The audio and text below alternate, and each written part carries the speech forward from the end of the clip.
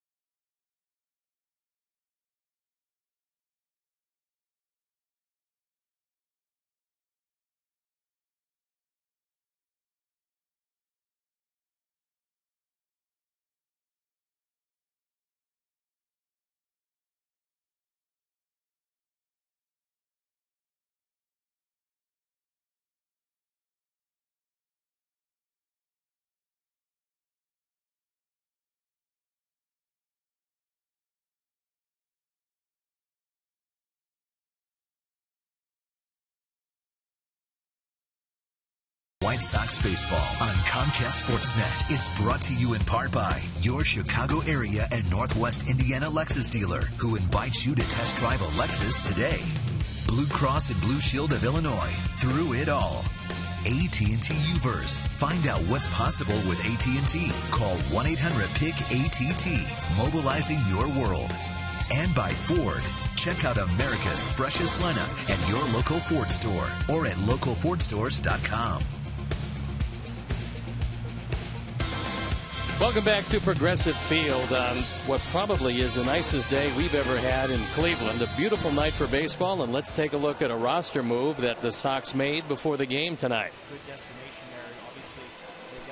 Emilio Bonifacio was placed on the bereavement list, and Leury Garcia was recalled from AAA Charlotte. Leury having a pretty good go of it, hitting .301 with 27 stolen bases. You saw a lot of Leury last year. He's very versatile. He can play the outfield as well as the infield. And for a while, he's going to be on the bench. So we'll see if he gets in a game or two in this big series against the Indians. And big because if we're going to catch anybody in this division, first, we've got to catch the Cleveland Indians. So let's take a look at how Robin is going to line them up tonight.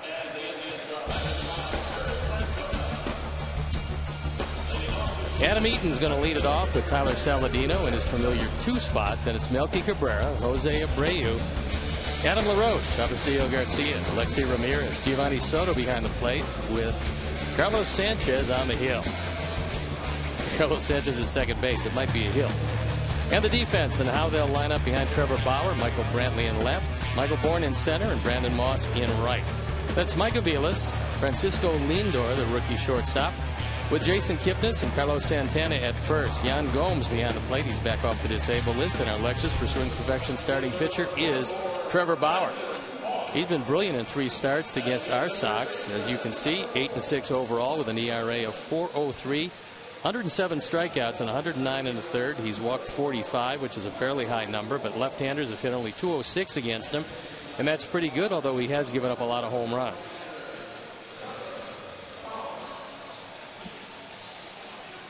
The umpires for the game tonight: Marty Foster behind the plate, Adam Hamari is at first base with Mike Muchlinski at second, and John Hirschbeck, the crew chief, is at third.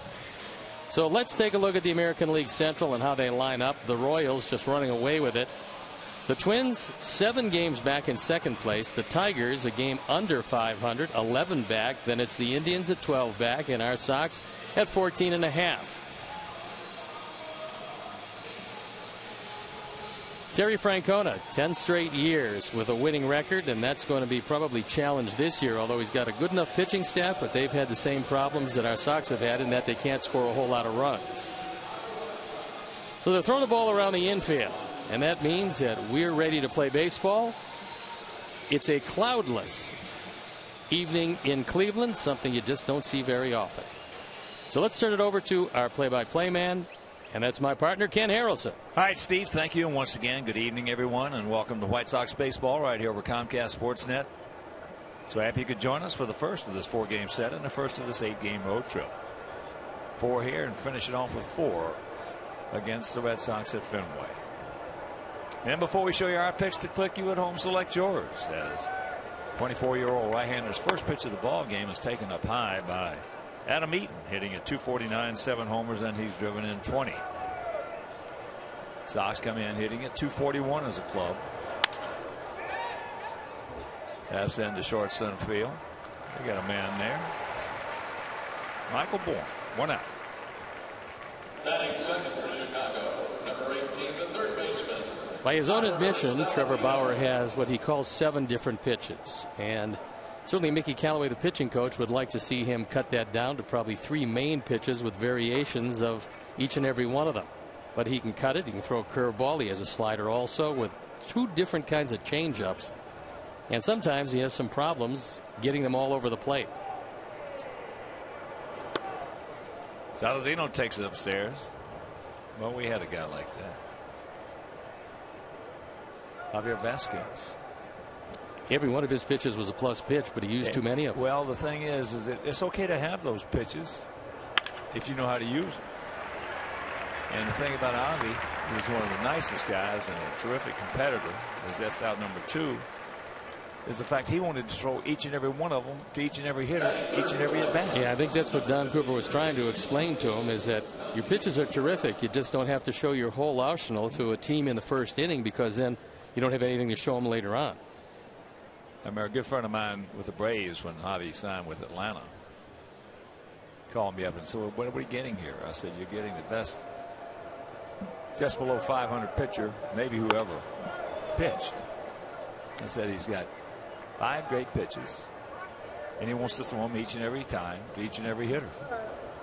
If you can get him to just either get rid of the slider or the curveball at one point.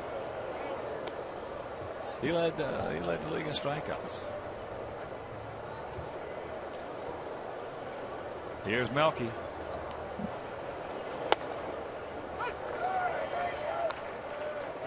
Here at the ballpark, 325 down the lines, 375 in right center, 370 in left center, 400 straight away center. And right now the visibility very much favors the pitcher. That's one of the reasons why early in the game, this time of year, you want to work as quickly as possible, because there are shadows and sunlight at various parts of the ballpark.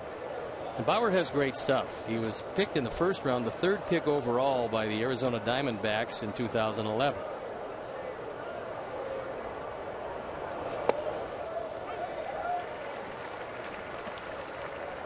That one was right there. Good pitch to hit.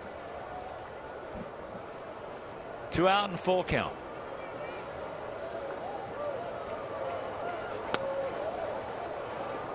And there's the first base runner. So with 2 out, 1 on, let's check out our picks to click tonight. Jumanjior, he's not here. Mike Leary in our crew. They're going to go with Jose Abreu. Steve's going with Adam Eaton. And J.J. Shearer and all the great folks at Dicta's tonight. We're going to go with Avisail Garcia.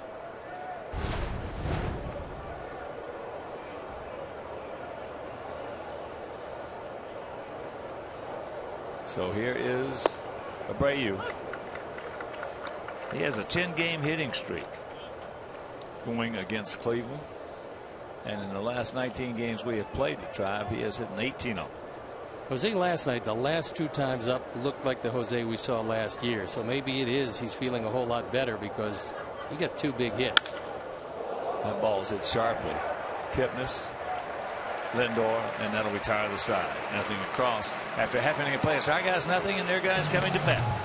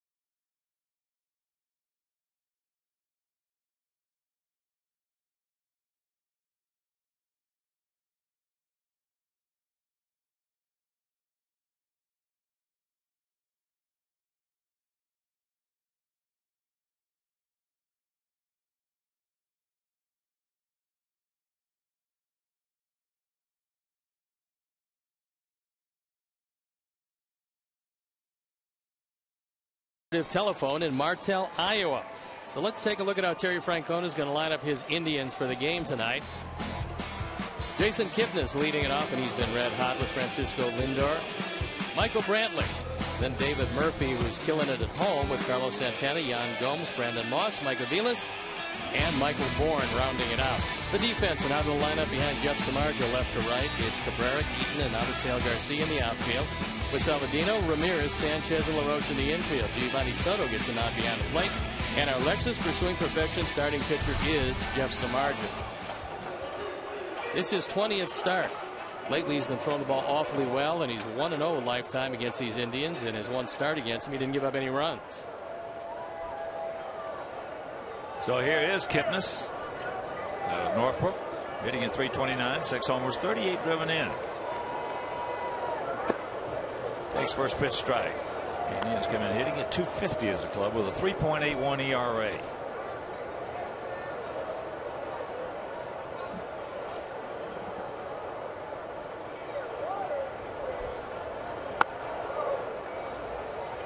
And Ogrichik of the Cardinals, right-handed version of Kipnis, the way they lay the bat off before they make the move. All that is just getting over the initial inertia. Well, I talked with Jason about last year and this year. He said last year he was hurt, and then all of a sudden he couldn't get the stroke back when he came back. This year he's entirely healthy. As you see, the last 5 have been terrific. He said he changed his hand position. He worked along with Ty Van Berkelio, their hitting instructor, and he said now he's much quicker to the baseball than he's been. What happens a lot of times with hitters, especially coming off an injury like he did last year when he was, as you mentioned, hurt most of the time. Hitters have a tendency to not trust their hands. You've got to trust your hands. You've got to trust your hand speed. As that's popped up. All right, Tyler, take charge. Okay, atta boy. 1 out. I know it's easy said, but it's tough to do when you're in a funk. But when you're not 100%, you have a tendency, and it doesn't matter what activity you're doing, you have a tendency to change what you're doing because physically you can't do the same things, and then you come back, you get a little healthier, and all of a sudden the bad habits you acquired when you were hurt stay with you. And they do. Last year was just a disaster for him because he's a terrific player, and last year the guy that we looked at wasn't the guy we've seen his whole career. Here's a young man out of Puerto Rico but lives in Claremont, Florida, just a little north of Orlando, and he went to a school called Montverde Academy, which is perennially a powerhouse nationally in basketball. One of the great sports high schools in the United States, in the world. Lindor, just 21 years old. He was a .278 minor league hitter. I was talking with Van Berkelio before the game about him, said he is solid. They don't know exactly what he's going to hit, but they do believe that he's going to be just an outstanding defensive shortstop. Right now, like so many youngsters, he has a tendency to wander, not understanding the importance of each and every out in the major leagues, and that's what Terry Francona has been talking to him about. Bearing down all the time you're out there. And again, that's more easily said than done, as that's out number 2. What happens with young players and even veterans who start to go bad because of whatever? There's 4 words that come into play that are prominent in hitting against a major league pitcher, and that is a sense of control. Somebody between the 2 of you, when you step in that box, either that guy 60 feet 6 inches away or you, is going to have a sense of control. I think it's pretty hard for a young man just trying to burst on the scene to have that kind of control, because you don't have any base to go from. It's very tough. There's an awe factor involved. This young man, Bradley, it's been, from a baseball standpoint, nice to watch him grow in the game because he's good.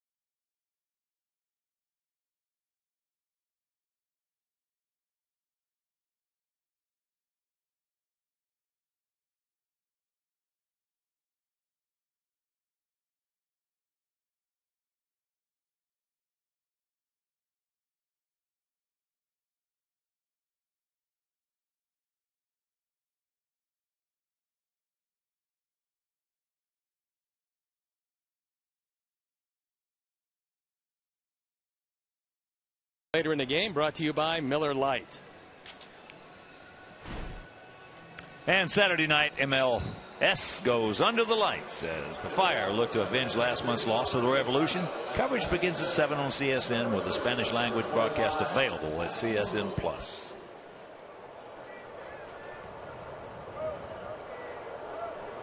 Usually they tell you if you can hit the first pitch, if it's in the zone, hit it. But against Trevor Bauer, that doesn't necessarily hold true. Hitters have hit just .220 against him on the first pitch, which puts him among the league's best with a league average of .338 on the first pitch. That's foul ball. Adam hitting at .218, 9 homers, 33 driven in. He's faced Bauer 4 times. He's 0 for 4. Almost every time that I get to say his name, I've got to remember that it's not Dave, it's Adam. Dave's his dad, and Adam did pitch, but his father pitched a little bit better, and I think Adam made the right choice staying as a hitter. Dave was a terrific pitcher and a terrific person. One of the best liked guys in baseball. He was one of my teammates when he made the transition to a closer, and he became a pretty good closer.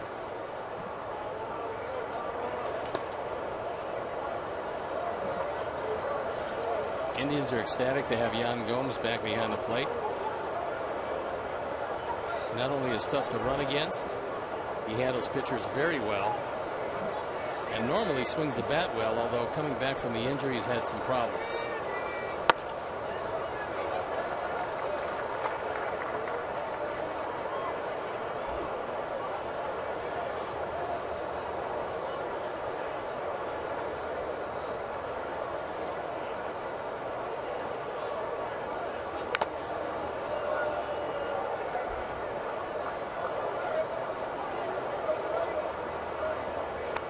Bauer got over here in a very complicated 3-team trade that would take probably an inning and a half to completely explain.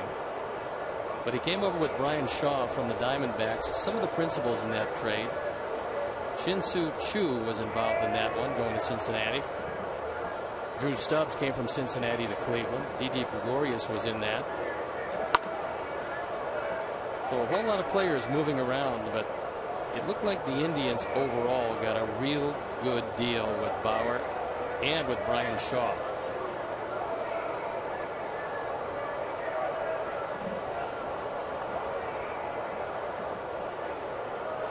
Well, it was a big trade today as this back up the middle. Lindor's got him. And that's out number 1. Scott Kazmir going from the A's to Houston. That's the first of the dominoes to fall as far as the pitchers are concerned, and Houston very much in the hunt for the playoffs for the first time in a long time, acquiring from Oakland Scott Kazmir. It always seems like Oakland's the first one to make that kind of a deal close to the deadline. Well, last year they were certainly very active at this point. Only the difference was they were buyers and not sellers. This year they're sellers. Yeah.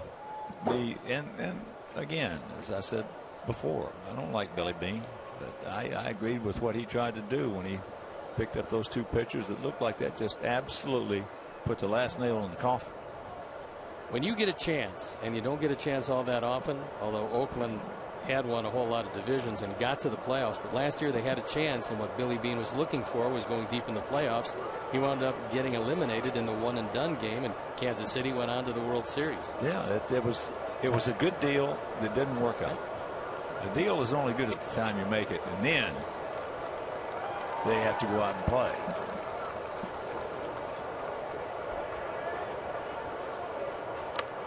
If you're looking for some strength in perhaps your second and third starters in the playoffs, and then you get in the one-and-done game, and before you even get to the second and third game, you're going home, then the deal doesn't look like it was a good one. But when they made the deals for Lester, for Hamels, and for Samardzija, he said he did a pretty good job at getting what he needed to get deep into the playoffs. I thought it was a great move. And everybody in baseball did. Now, after it didn't work out, there were a lot of people who said, well, I didn't like that move. Now, very good move at the time. Two good, very, very good moves at the time, but they paid dearly for some margin. Good rip underneath.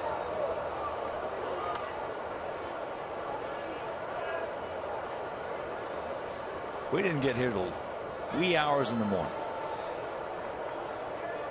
Someone's going to have to, the schedule makers are going to have to do something about night game getaway days. That's in the center field. Warren is coming on, makes the catch. There's too much, or too many reciprocals, so to speak, because of it. But there's certain teams, and this has been for the last many years, there's certain teams that will just not give you a day game on getaway day, and that's just the way it works out. Baltimore is notorious. That's the first one that you think about. Now today, which is a getaway day normally in a normal series, New York gave Baltimore a day game, Detroit gave Seattle a day game, and the Angels gave Minnesota a day game. Well, Toronto changed that night game we had with them to a day game so we could get away because of what was going on with the schedule and everything else, which is you knew that Paul Beeston was going to do that. Some guys just will not budge. And then, of course, when they come in to see you, you make sure that you have a. But the only thing is that it hurts your club as well if it's a getaway day.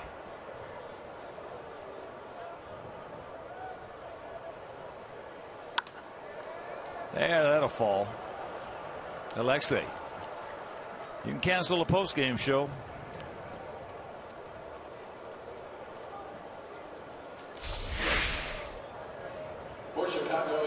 It's a high fastball, and even at 95, Lexi able to get a nice part of the bat on it, dropping in front of Moss. Now you have the best base stealer on this ball club in a situation with 2 outs, and a fairly tough catcher to run against. But Bauer not overly quick to the plate. Another deal. Ramos Ramirez going back to where he started in Pittsburgh.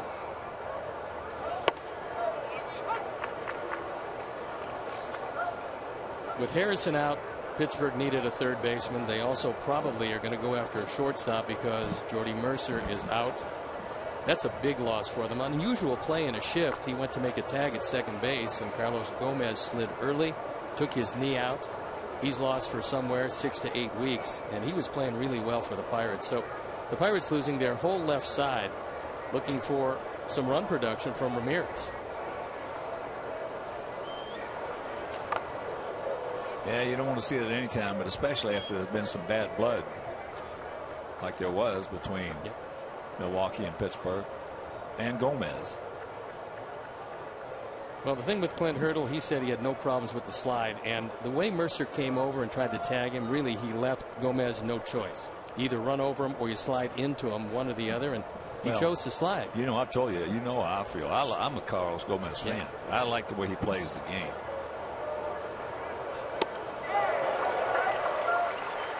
Gio can't get it, and they'll retire to the side after an inning and a half, no score.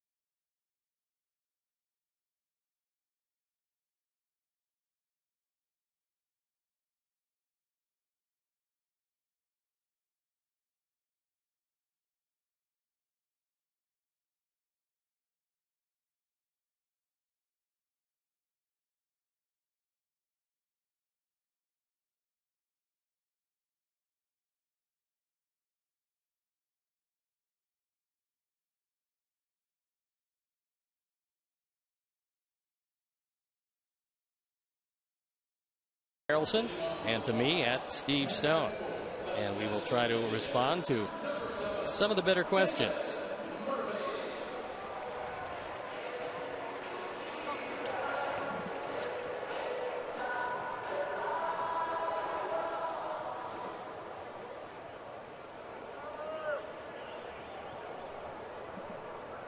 Murphy.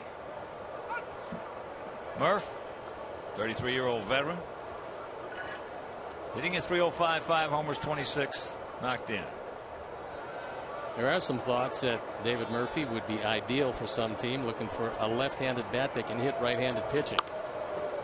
Murphy can do that. He was really good before the All-Star break, having a few problems after the break, but usually swings the bat very well in the only opportunities he has to play, and that is against the right-handers. Well, he's done a good job for Cleveland. I would be surprised if they moved him, unless somebody really wanted him really bad.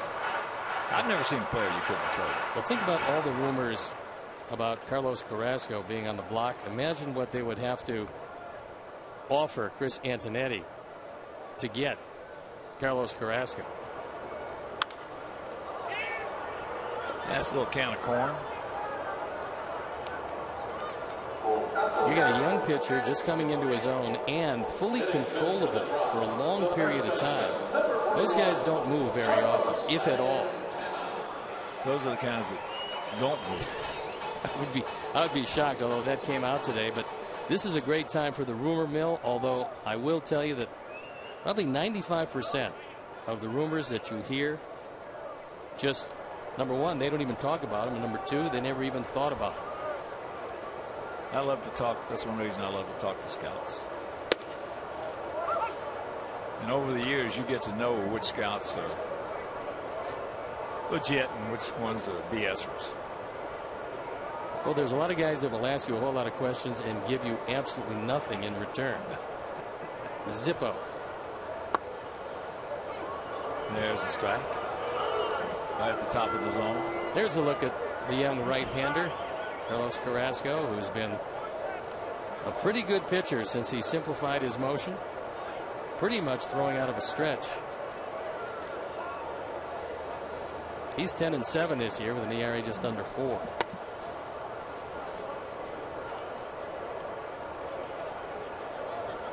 There you see the disparity. He's got some pop from the left side and not so much from the right.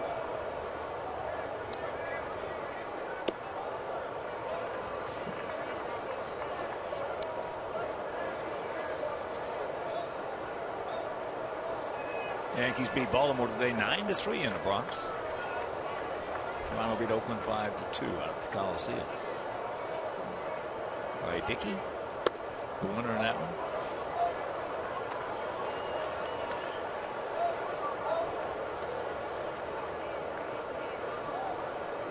Evan Santana shuts out of his former team. The Angels 3-0.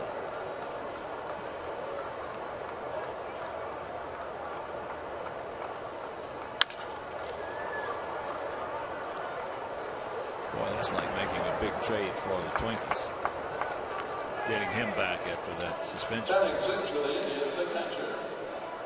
Ladies' night at U.S. Cellular Field will be held on Saturday, August 1st. The White Sox are offering specially priced tickets to all female fans, and the first 500 buyers will also receive a complimentary White Sox wine tumbler. To purchase tickets, visit whitesox.com/ladies. Seattle beat Detroit 3-2 in 12 innings. At Comerica Park. That's going to be a close. It's going to be interesting to watch the Tigers. With especially with David Price coming on the market. The Tigers, although they try to win each and every year, are one game below 500. And with Miguel Cabrera out for an extended period of time and not knowing when he's going to come back, the Tigers pretty much are ready to give up the ghost of this particular race and try to build for the future. And they've got some very movable pieces. One of them, Yoenis Cespedes, and the other, David Price. They're going to lose them both to free agency at the end of the year, and both can bring a hefty price at the trade deadline.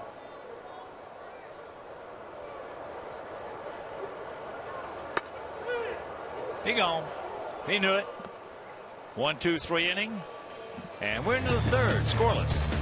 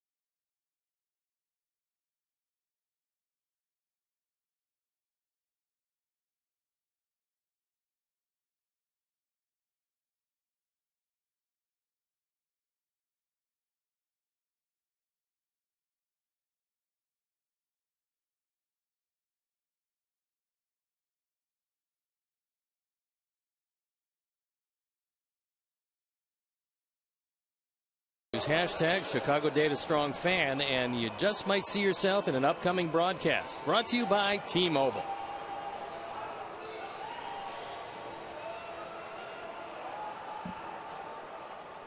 Some very young fans enjoying the game tonight. And here's a young player in Carlos Sanchez to lead it off for us here in the top of the third inning.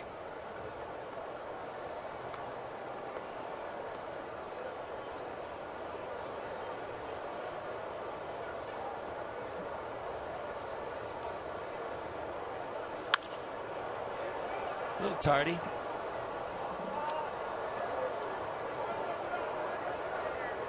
Things are getting a whole lot better for Carlos these days as he's making more consistent contact, fighting off fastballs, hitting him to left field, and occasionally pulling the breaking ball.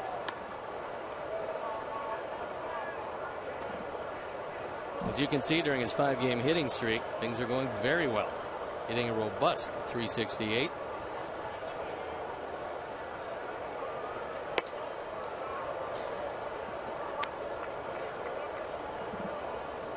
Two balls and a strike.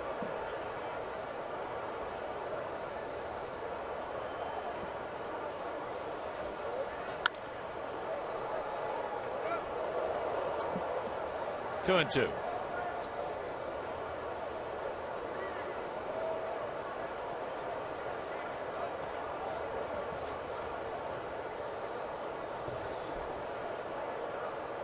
Now field bunched a bit, swung around to the left. Got him, he knew it. Yeah, he just kind of got outguessed there. He was looking for anything but 94 in the inside corner, and that's where Bauer got it. So he chalks up his second strikeout. Good moving fastball, and he couldn't pull the trigger.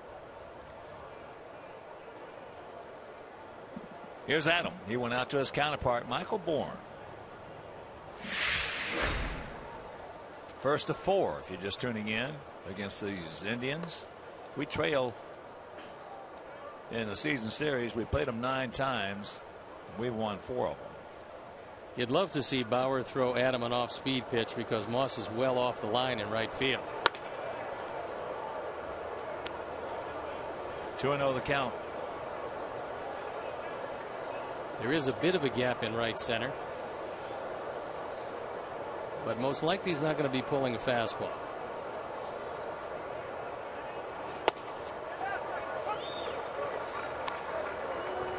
Didn't make any difference. It was a strike, had the corner. So 2-1.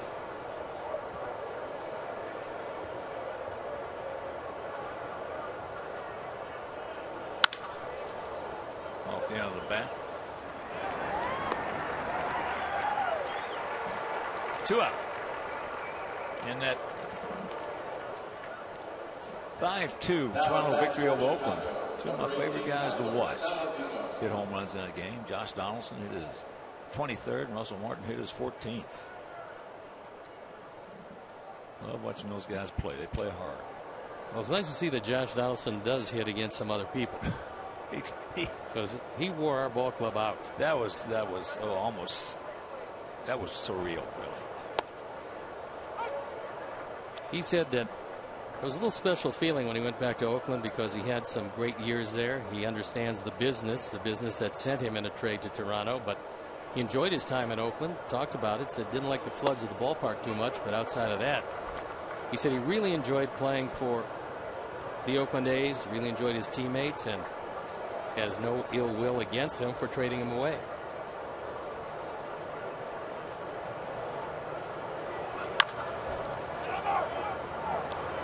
Underneath, now right where he should be, and Tyler is retired. 1-2 for the inning. We're at the bottom of the third, still goose eggs.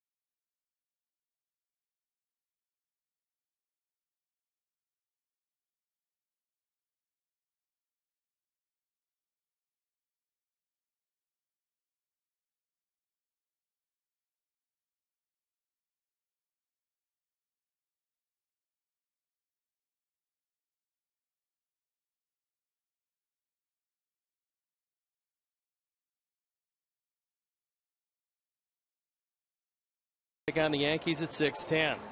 The first 20,000 fans will receive a Scott Podsednik World Series moment bobblehead presented by Wintrust Community Bank. Purchase your tickets today by visiting whitesox.com or calling 866-SOX-GAME. No score, bottom of the third inning. Here's the Stadium Club, a wonderful place to watch a game, especially if you've got good eyes. Marches retired the first 6. It'll be Moss, Aviles, and Michael Bourne. Here's a guy you don't want to throw down because he can hit it a long way. Tails off the plate. Moss, 220, 15 homers, 48 knocked in. Last year, at 234, 25 homers with Oakland, knocked in 81. Last year he had a great first half and then had a hip problem that led to surgery, and the second half for him was an injury-filled second half, so he didn't do near as well. But he gives you a lot of pop. Not if you stay above his hands. He's very much like Chris Davis in that he's got a classic uppercut swing. See where the last pitch was. It was right where it should have been, although he did hit it fairly hard.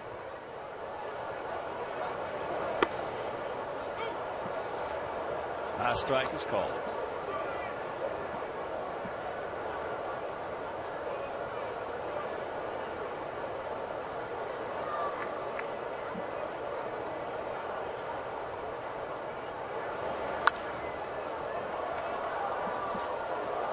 Count hangs at 1-2.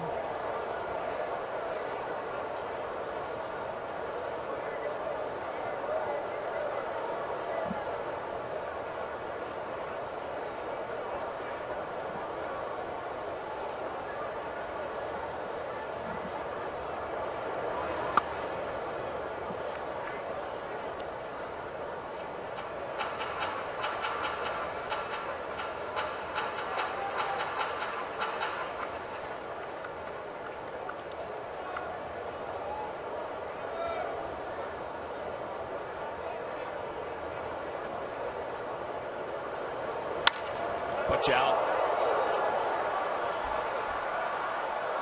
Ivy will take charge and make the play. That fastball was in a perfect spot. He kept it up and in, shattered Moss's bat. Almost was able to drop it in, but at the last minute, Adam Eaton avoided what would have been a one-sided collision. He got out of the way as Avi coming across to make the play.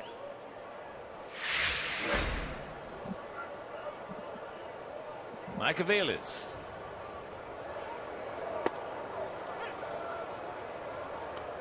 You got to close up that gap in right center field for Mike Aviles,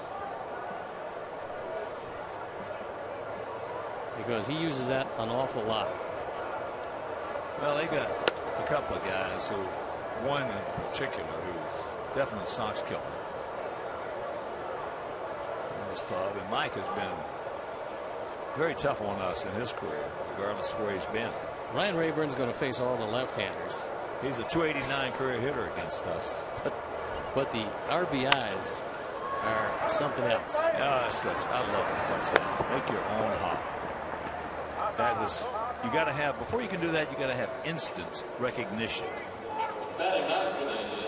And it certainly helps to have a strong arm and a quick release, and Tyler has all of those as he's able to give some ground, realizing how fast Aviles is, which is not all that fast. But he knows if he gives some ground, he's got some time, and then fires it across. He's got a very quick arm motion from a short arm position, and he's very accurate with it. You don't see short armers on the infield as a rule with that strong an arm. They made some pretty big free agent acquisitions a couple of years ago. Michael Bourne, one of them. Nick Swisher, another one of those. Nick is disabled. Bourne is back, but neither really have given the Indians exactly what they wanted. He's been hurt. He's a good player. Michael Bourne's a good player when he's healthy. And he's been a very good hitter against Jeff Samardzija, as those numbers would indicate.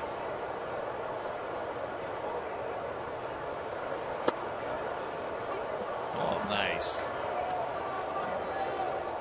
Pull the string. 2 out, 1 and 2 the count.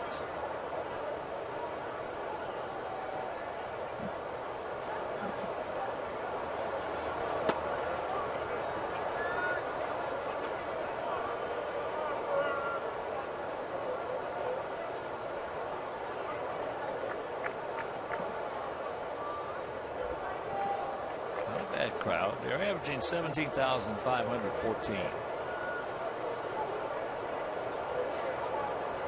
And the 2-2.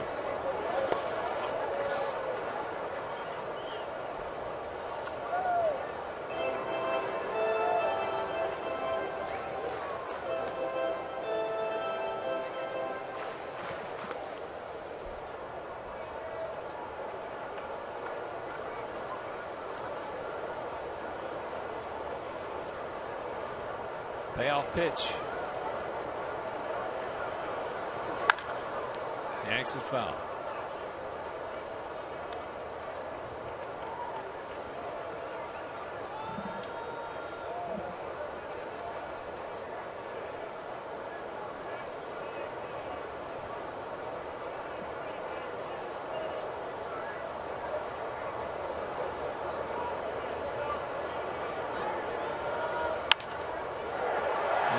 A base hit, so you can cancel the post-game show. Softly hit, but it'll wind up as a double. That's his 10th 2-back. Nobody's really been able to figure out, when you have a pitcher's number, and Bourne was hitting in excess of 450 against Samardzija, how you can take a pitch that's very much a pitcher's pitch. This ball is a good 3 inches inside. Still get the good part of the bat on it, drop it into a place where they never expect you. In this case, pull the ball against Samardzija and run it into a 2-base hit. So the first man aboard for the Indians, the guy who's always hit Jeff, is standing at second base. Kipnis fouled out to Saladino.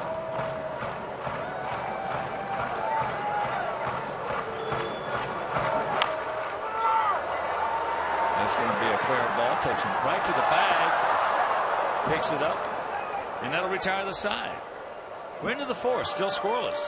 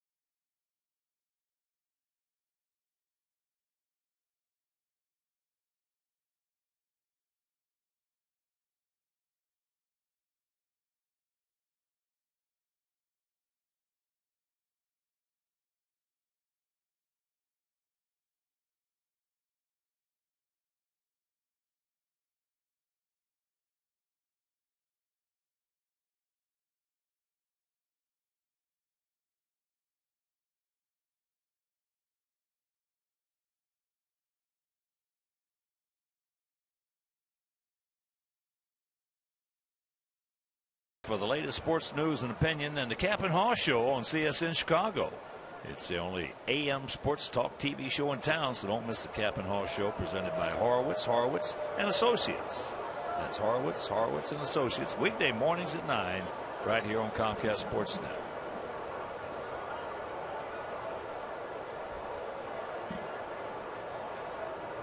Here's Melky. He walked his first trip, takes first pitch strike. Totals on the board: no runs, 1 hit, no errors for both teams.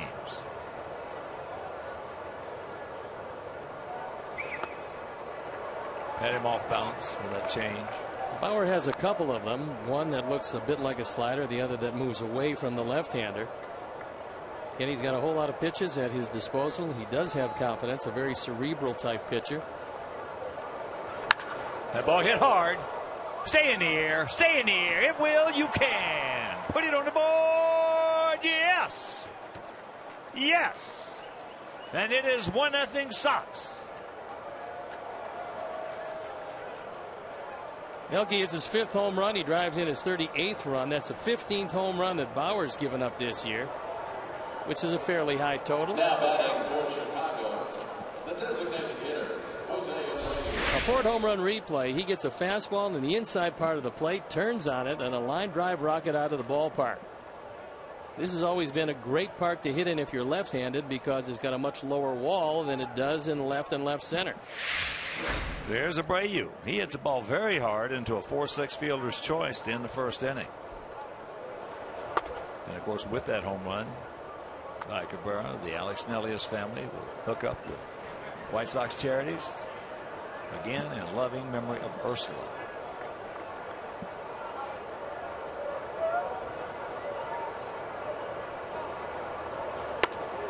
Breaking ball strike. That's one reason Melky is good at driving in a man on third base, less than 2 out with a sacrifice fly. He doesn't turn the head of the batter. There's a base hit. That extends his hitting streak against Cleveland to 11 games, and also 19 out of 20. Starting with his 3rd at bat last night, and the first 2 at bats today, it looks like Jose has figured it out once again. He was too good a hitter to struggle too long, and he went through a 2-for-22 stretch. Came out, said he was entirely healthy. If he's entirely healthy, he's going to hit. He showed us that last year, and there's no reason to assume that this is going to be any different. Well, I just think that during that funk he was in, that something was ailing him.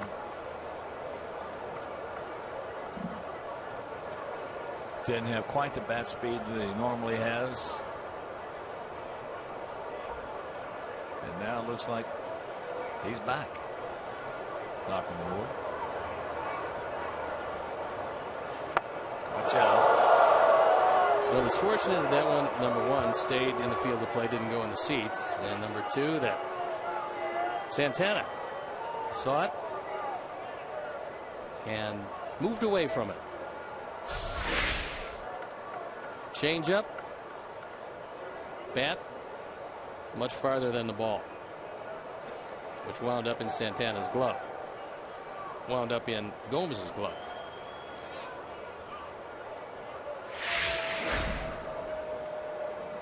No balls, 2 strikes. Gradham will ground it out to short.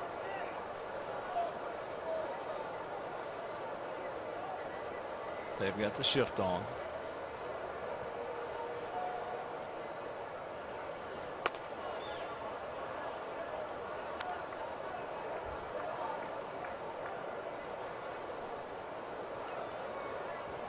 And he was hit by the home run ball. Not feeling great right now, but gets a hand.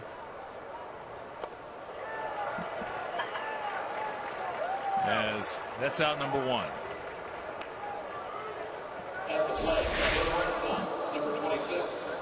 He goes with a hook. It's of the 12-6 variety, straight over the top and down.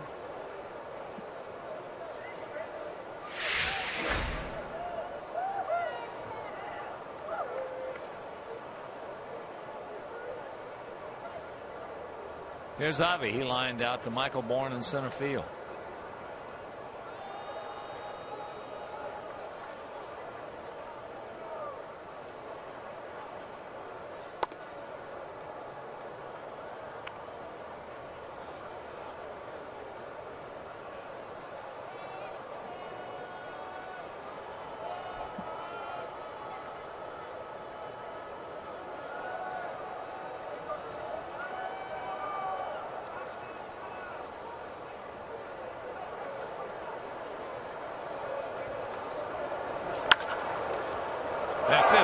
base hit.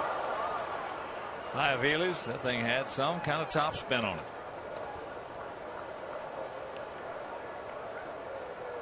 The Indians have a young third baseman they've been playing most every day, and that's Giovanni Urshela. But he's getting the night off, and in his place, Mike Aviles playing third base. He is a jack of all trades, will move all over, normally pretty good defensively. This time the ball was hit awfully hard, took a big hop. Aviles couldn't get to it, and it puts runners at first and second. We'll probably see Urshela tomorrow. And along with Lindor, it's a very young left side. Urshela at 23, Lindor at 21. Here's Alexei. He had our first hit, a little duck snort in the right. As he can't get that one.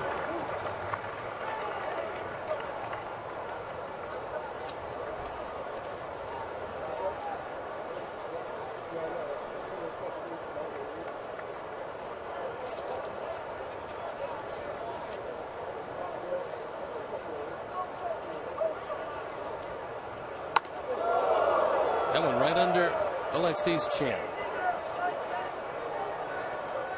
Well, if it doesn't hit you, it's good. It usually will expand that outside corner.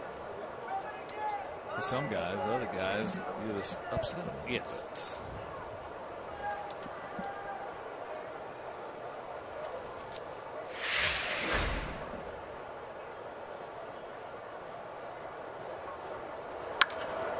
That ball hit hard. Stretch, stay in the air. It will, you can. Put it on the board, yes. Evidently, it upset him a little bit, and it is 4-0.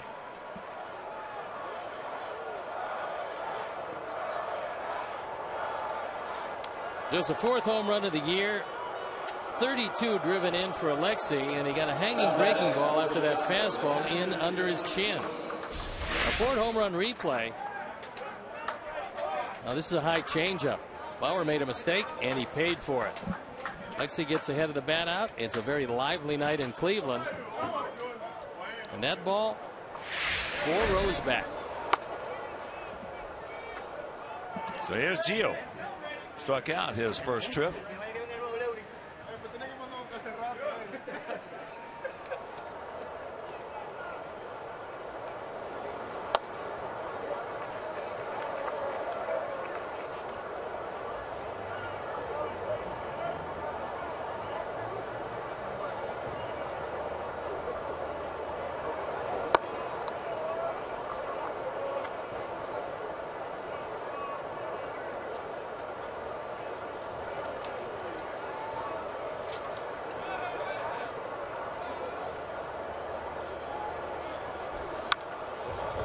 Good rip.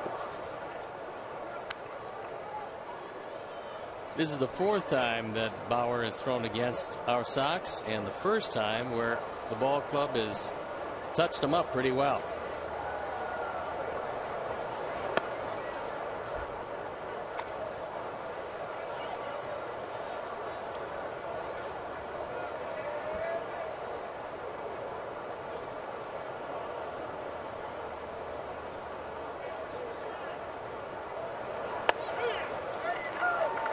He knew it. 2 down. The White Sox are bringing the Grand Ole Opry's 90th anniversary celebration to U.S. Cellular Field for Country Music Night and fireworks presented by Pepsi on Friday, July 31st. All fans are invited to stay for the post-game fireworks show, and you can purchase tickets today by visiting whitesox.com/country or calling 866-SOX-GAME. Here's Carlos.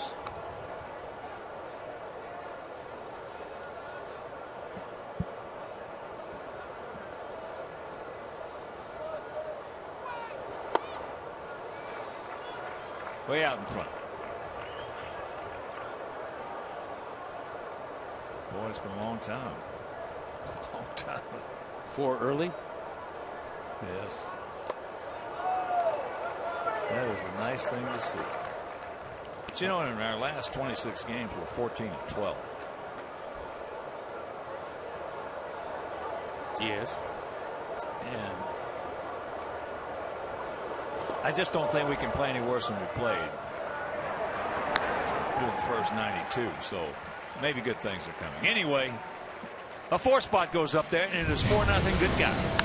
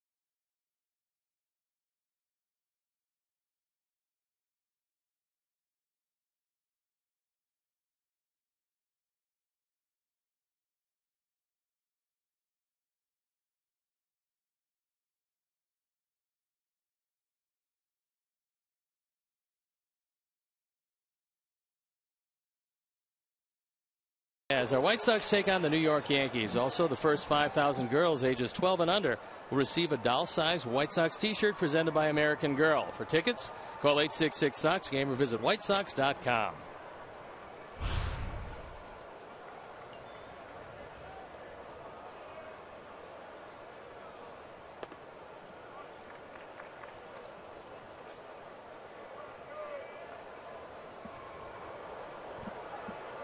Lindor, 21-year-old shortstop, switch hitter,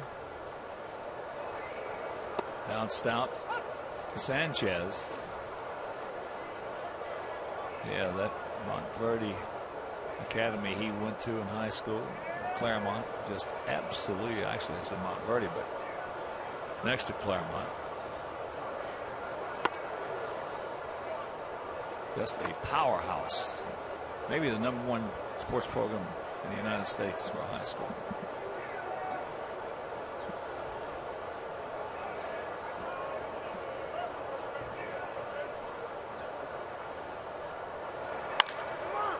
Yanks that one fell. I know when I was a youngster, there were 2 noted powerhouses in the United States for football. One was Valdosta, Georgia, and the other was Massillon, Ohio. Massillon year after year was just Valdosta won, I think, 2 or 3 consecutive national championships. Brockton, Mass had a good football team and good fighters. Yeah. 49-0. A couple of good fighters from Brockton. That was Rocky Marciano, and I believe that Marvin Hagler was from Brockton.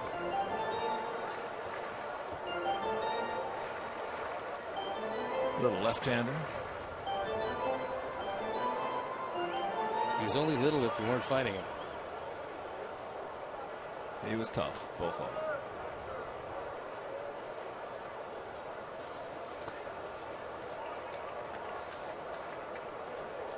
Jeff has got a streak of 6 straight starts throwing at least 100 pitches.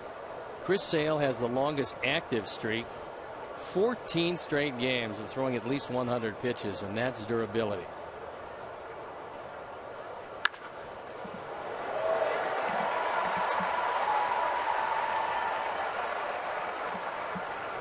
So the leadoff single.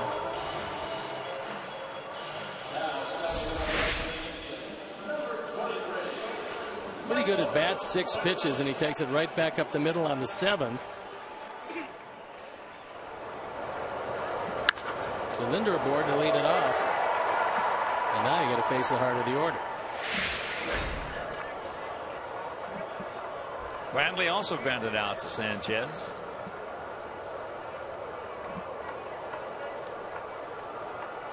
Gap out there in right center.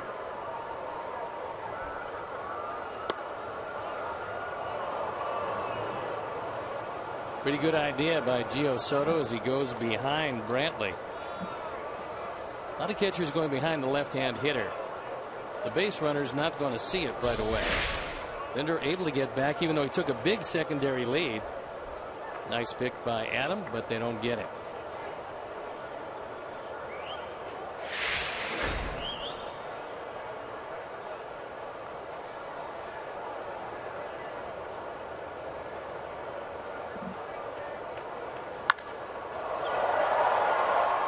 That's into center field. Canaccord. One out, and that'll bring up Murph. David also went out. Adam Eaton.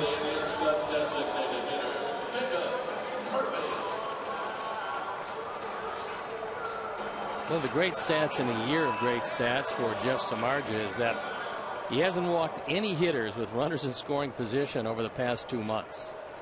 I'm not sure how many people can say that because that shows excellent control and a whole lot of confidence that your stuff is going to be better than the hitter in the toughest situation with usually the game on the line, runners in scoring position.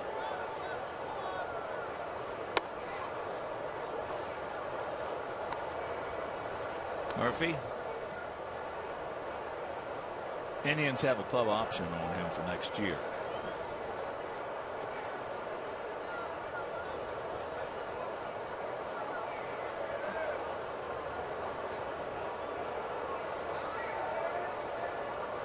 Pretty good lead over there. Oh, look at this. Can't get him at first, but a beautiful play to get him at second. Wow. That was almost a spectacular double play as Alexi goes up the middle with the glove flip. Carlos able to get it and get the throw off. This looked like a base hit when it left the bat. It wasn't to be. And that was almost a double play of the spectacular variety. Alexi catches it in the web, has enough to get it accurately for the force at second. And that's why the first rule in baseball is catch the ball. Defense.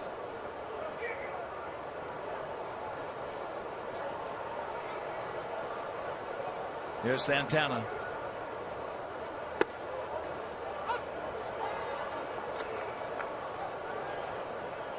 He grounded out to Sanchez as well. We got a shift on for him. Last night he's been awfully tough. And he's a dead pull hitter from both sides of the plate, which is somewhat unusual for a switch hitter.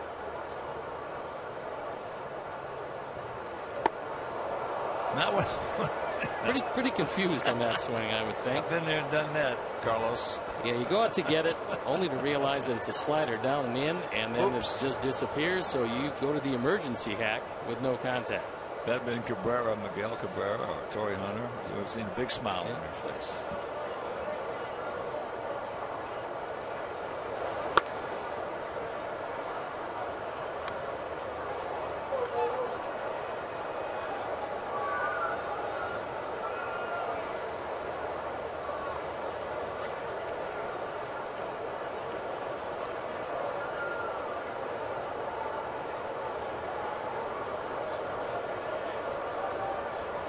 Watch out. Oh, nice, Gio.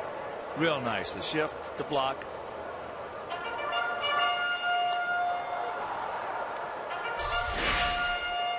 When you lose sight of the ball, as you will do when it goes low and in, especially left-hand hitter, right-hand pitcher, you just have to gauge where the ball is going to land. And Gio went out, smothered it, made sure that there was no advancement.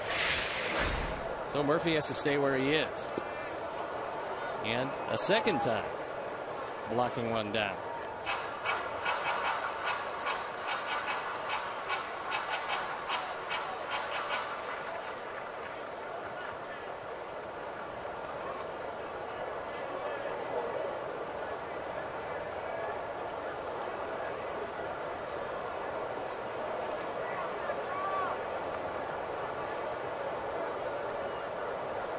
There you go. He gone. Beautiful play by Alexei Ramirez to save a possible rally for Cleveland.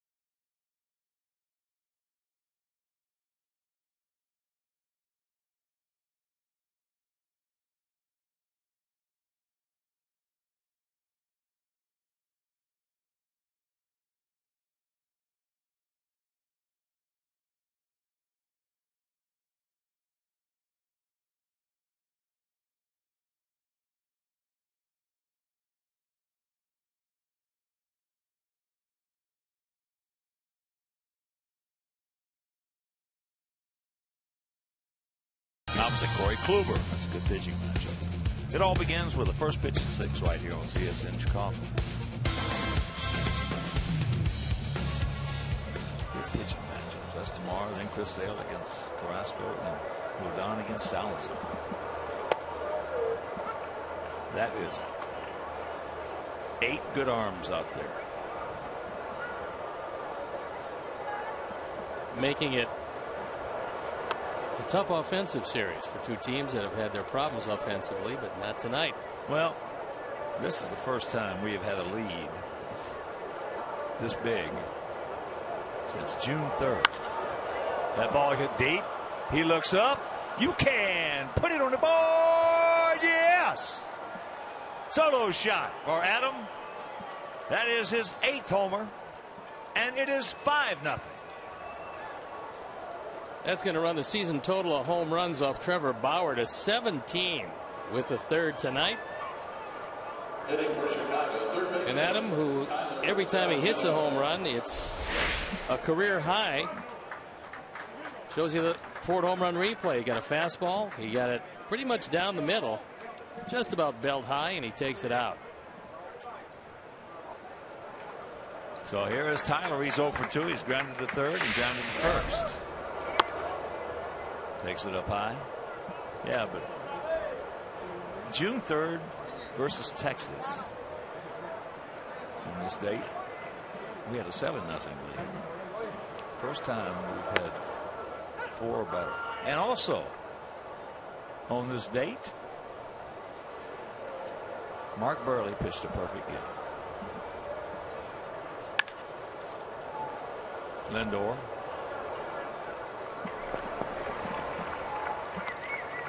One out.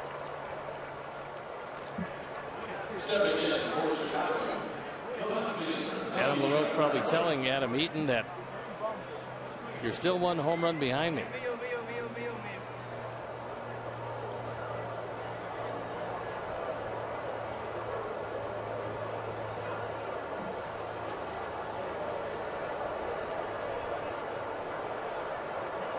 (2009)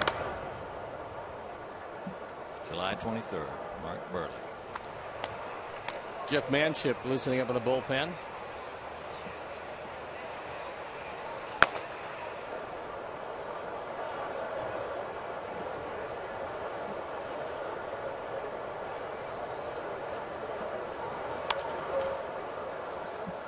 Melky has walked, homered. That started off that 4-run fourth. Line shot. And the bleachers in right field.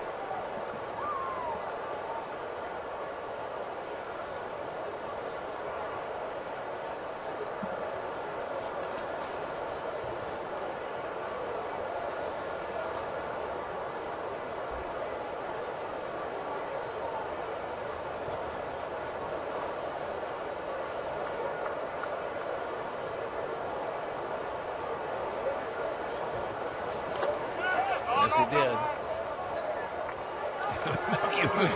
Melky wants to appeal, even though it was a called strike by Marty Foster, who says he went around. Once the umpire at the plate says he went around, there's really no appealing to John Hirschbeck. Nice thought, however. Quickly, Robin is out there to make sure that Melky stays in the game. He's got a legitimate complaint as he didn't swing, but Marty Foster said he did. And he says, I'd like you to appeal.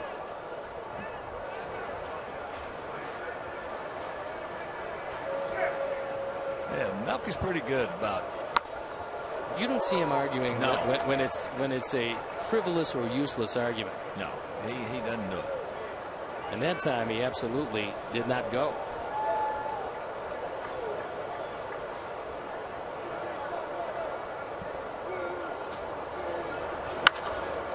One hopper. Santana, one of the catchers, only made 2 errors all year, but we get another one. We're halfway home leading 5-0. 5-0.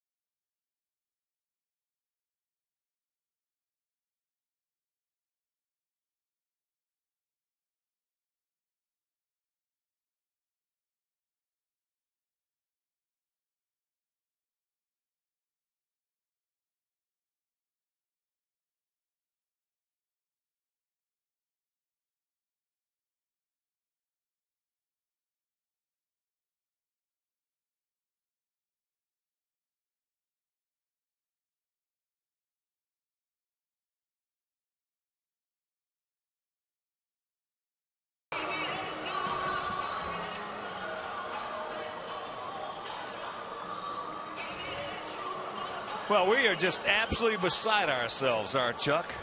It's an offensive extravaganza. We are leading 5-0.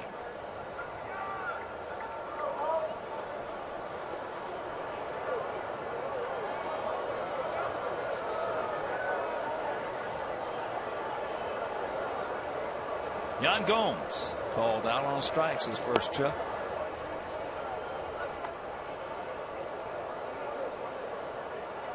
When I talked to Ty Van Berkeley about Gomes, he said, you know, he came back and it was tough stint for him on the DL. He came back, the stroke just really hasn't been there. Tried to do too much, as so often happens, and he's not swinging it as well as he can. Adam says he's got it.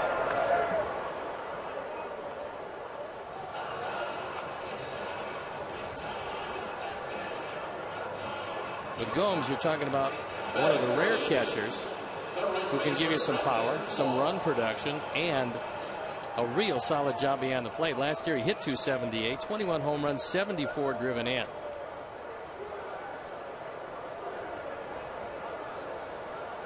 So here is Brandon Moss. Hit a little looper out to Avi. That ball into left center field. Now he's coming on, broke back on it. Good recovery right there by Melky for out number 2. So it's hard to believe it's been almost 2 months since we've had this big a lead on somebody. I mean, it really is. It's hard to believe. June 3rd. This is July 23rd. Well, the fact that you gave the stat of 14 and 12 in the last 26 will show you just how good the pitching has been, because if you never get much of a lead because the offense doesn't really abuse many of the pitchers that you're playing against, the pitching has to be superlative, and by and large, both out of the rotation and the bullpen, it has been. Well, that year we had in 1983, we started off 14 and 26, 12 under, and came back and won 99 ball games. Well, you talk about the starting pitching the second part of the year. 42 and 6. Yeah, I'm not sure you're going to see that 5. anytime soon. Yeah, you're not gonna see that again. Probably. From 3 starting pitchers? Yeah. No. Hoyt, Dodson, and Bannister.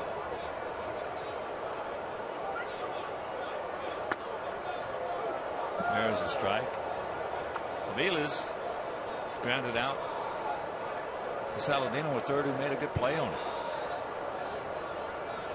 Wasn't a spectacular play. It was just a good, solid, make your own hop play.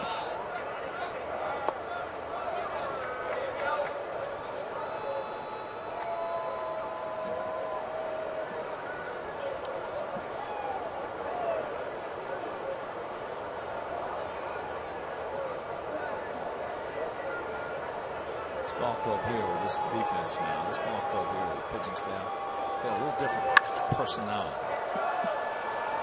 That's a can of corn. And a 1-2-3 inning. That is 6 in a row now retired by Jeff. We're into the 6th, leading 5-0.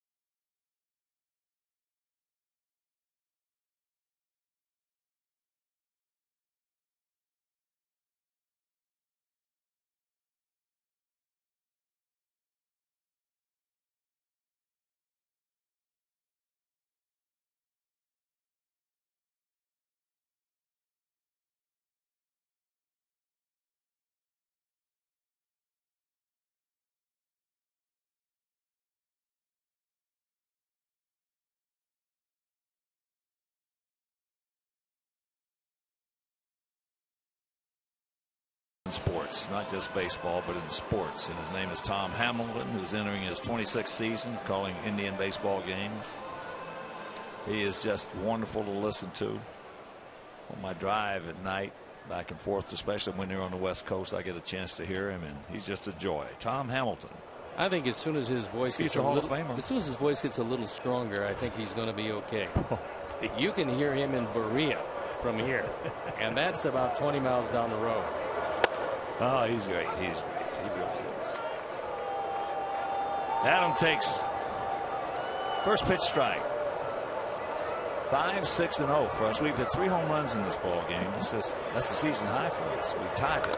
We've done it before, but never hit 4 this year.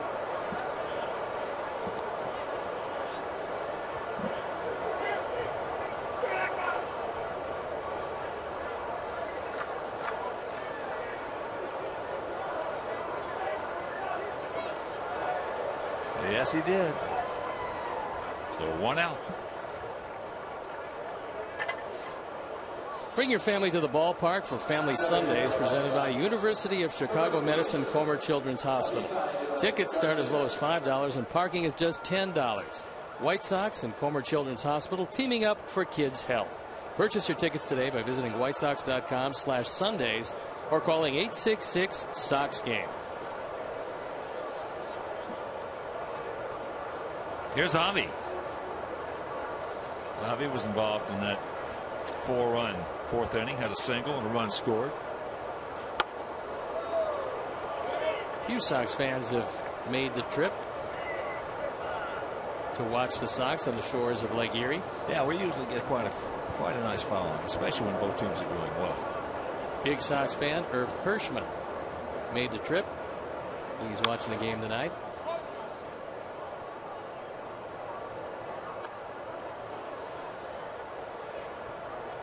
Got to bring your glove. And it's never too early to think about football season. Certainly in the Plain Dealer today, which is the Cleveland paper, they had a whole lot about the Browns, which they usually do. Normally it starts in April and ends the following March. Well, in the past, Cleveland has been a newspaper that really covered the Browns on a continuous day-to-day basis. Yes, indeed. And also high school football. Big one here in Cleveland, St. Edwards. Been a pretty good program for a lot of years. Well, he gets him. And that is out number 2. Well, they should be proud because the Buckeyes national champions.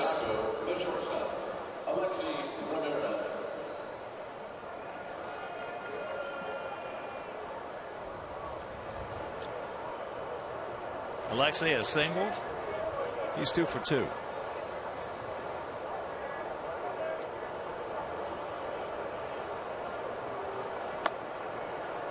Here's what he did for his second hit. The second of the 3 home runs. This a 3-run shot. Right after he took a fastball in under his chin. Hit the next changeup out of the park. Breaking ball strike. 5-6-0 for us. 0-2-0 for them.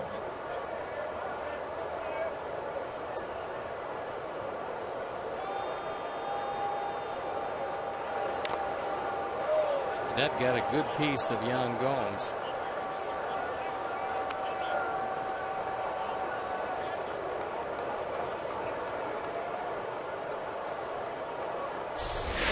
Catchers are not particularly enthusiastic when something like that happens. Oh, boy. That's not where you want to get hit. Nope.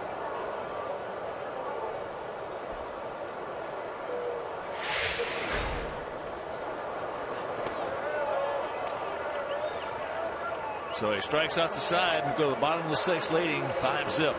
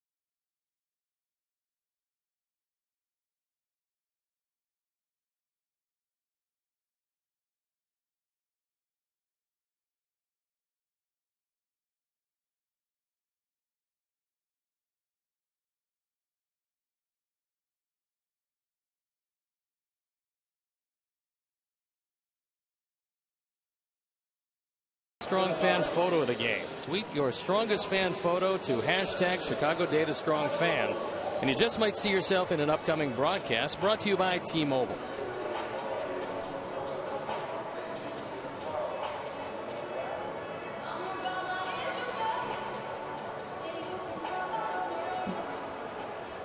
So here's Michael Bourne.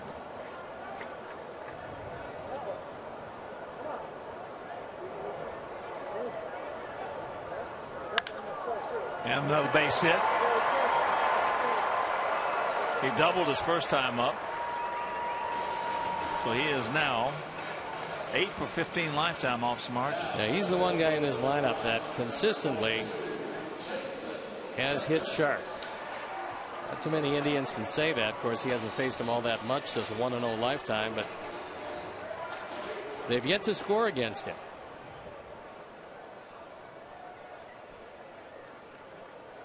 Kipnis is fouled out to Saladino, and he is grounded out to LaRoche.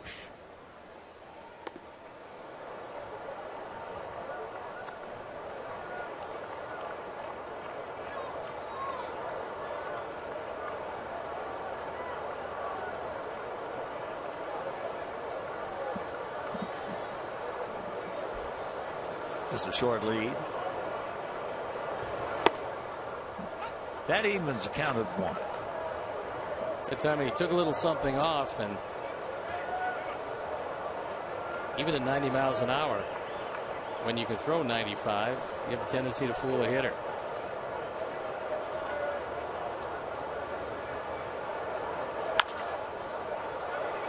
I get the out. There you go. 1 down.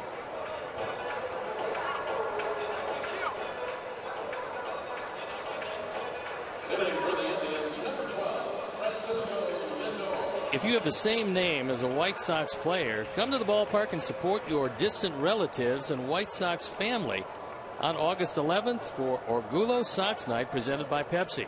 All members of the Hispanic community, their families, and friends can buy specially priced tickets at whitesox.com/Orgullo.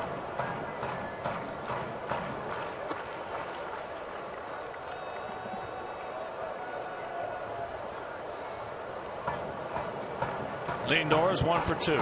Grounded to second. Hit the ball sharply. And then he hit the ball sharply back through the middle for a base hit.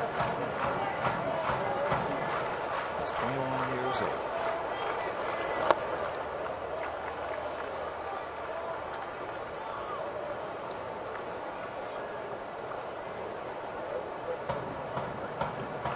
We had been hearing about Lindor for a long time, and Cleveland decided that the future was now. Brought him to the big leagues, and he's handled himself by and large pretty well.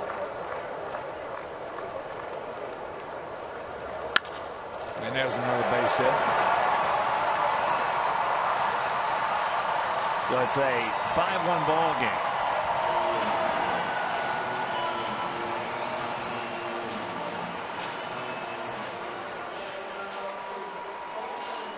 Twelfth run batted in for Lindor.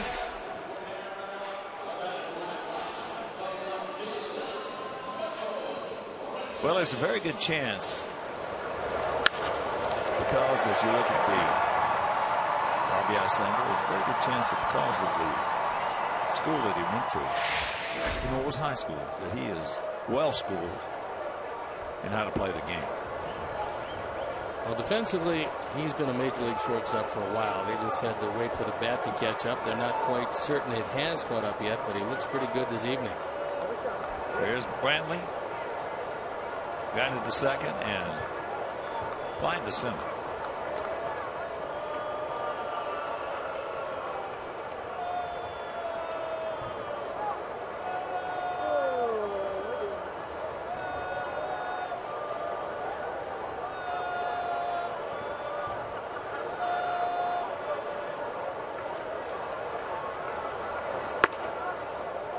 Takes a strike. 92.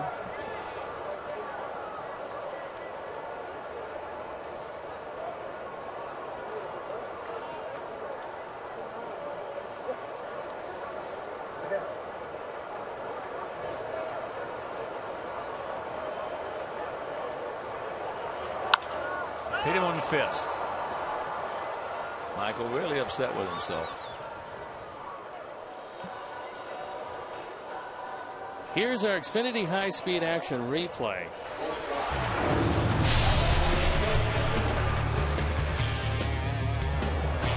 Because the last time that Murphy was up, what a play by Alexei Ramirez. They almost turn a pair. This could have changed that inning completely. Would have put runners at first and third with only one out. Instead, Jeff got out of the inning easily. Great play by Alexei Ramirez. Yes, it was. Pitch runs off the outside corner.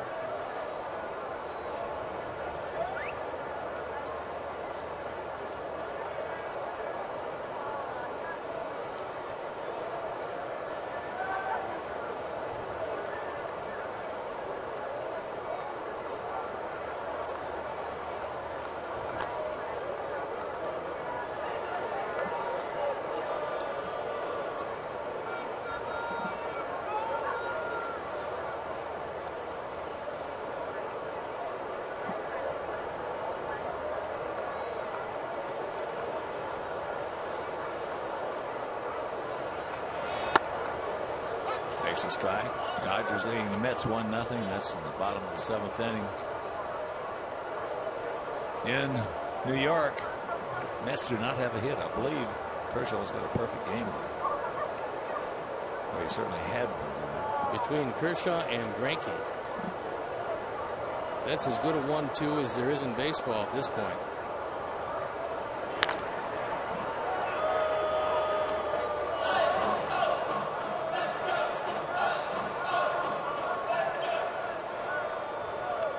Doesn't appear that anybody's reached base.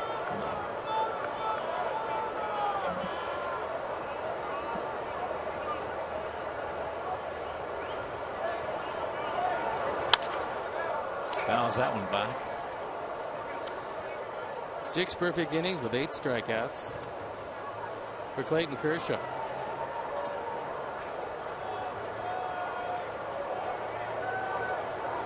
He's used 62 pitches in 6 innings and struck out 8.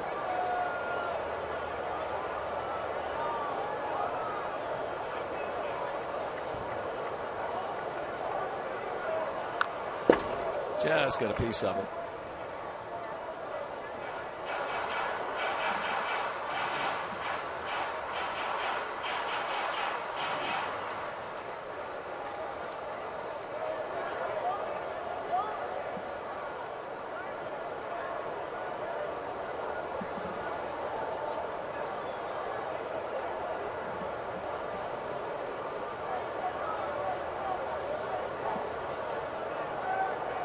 Two out, 1-2 to count, 1 in, 1 on.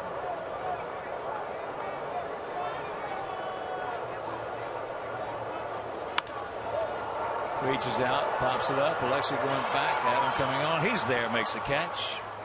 And we'll go to the 7th. It is 5-1 White Sox.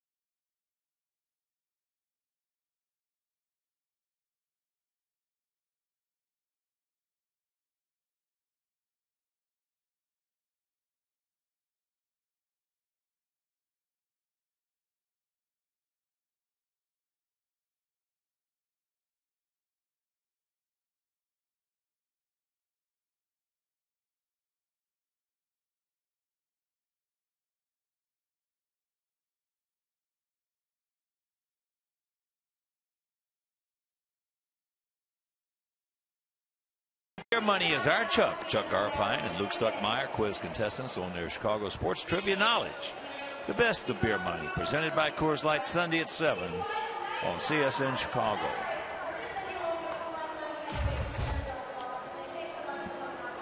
Top of the 7th inning in a 5-1 Sox lead.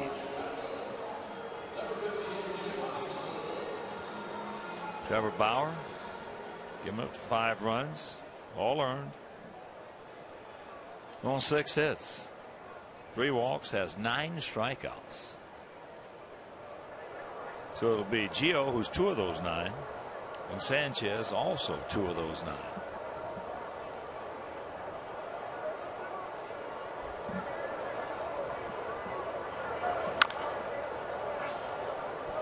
Out and around it.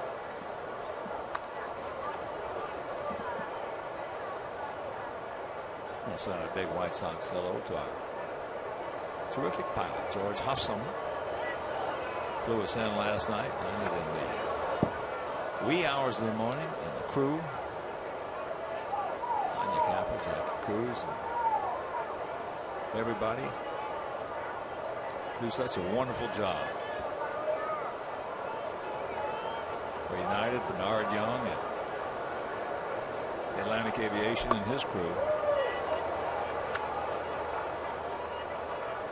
Hard to beat them.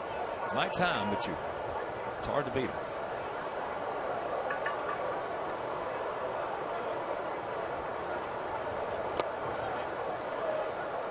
He did not go. Adam Hamari at first base, Mike Muchlinski at second, John Hirschbeck, the crew chief, at third, of course behind the plate, Marty Foster. After Trevor Bauer got torched for 3 home runs on a couple of fastballs and a straight change, he's gone to that curveball a lot more. Well, it looks like he's got the arsenal to do that. He does that. The curveball's very good. He just got a little careless with those 3 pitches, put him in the zone a little too much. The guys who are 1 and 2 pitch pitchers, as there is ball 4. When they're getting lit up, they don't have anywhere to go. He's got a lot to choose from, as you can see. It has not been the greatest of nights. 6+ innings with the 5 earned runs on 3 homers, and here comes Terry Francona. So he's going to go to the bullpen, and that's going to be it for Trevor Bauer, who for the first time against our Sox had a very rough outing. Well, I was talking with the guy the other day, and well, we would continue that when we come back. So as Bauer walks out, we'll step out and be back after these messages.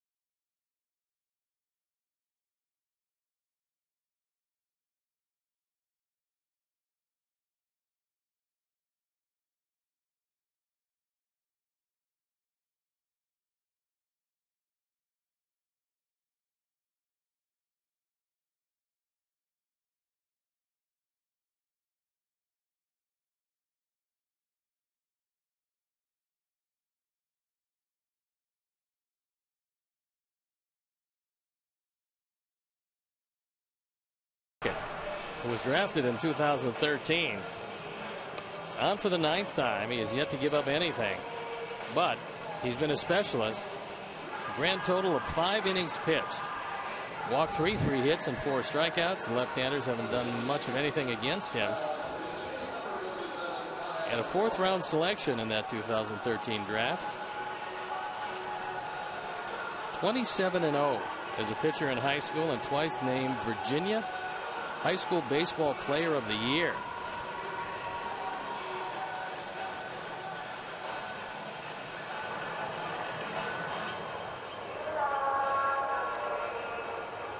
So here's Sanchez. Carlos 0 for 2 with a couple of strikeouts. 1 call, 1 swinging.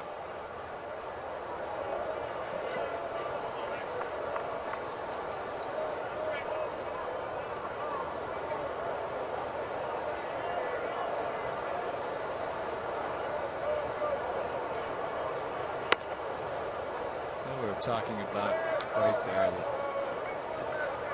having a pitcher or a hitter having some place to go when you're going bad. It's not working for you that day. I asked Greg Maddux about that. He's bringing a guy I was talking with the other day. Said you said something about Maddux had plan A, B, and C. Yeah, you don't hear about. You hear a lot of guys got plan B, but not too many guys got plan C. Plan B was he had shortened up his stride so his arm could get up a little higher and maybe get a little movement on the ball. And if that didn't work, as that ball hit into right field, right center, nobody's going to get that one. So here he comes. They're going to wave him no. They're going to hold him up now at 3rd, and a good thing they did. Good job by Joe McEwen. So Sanchez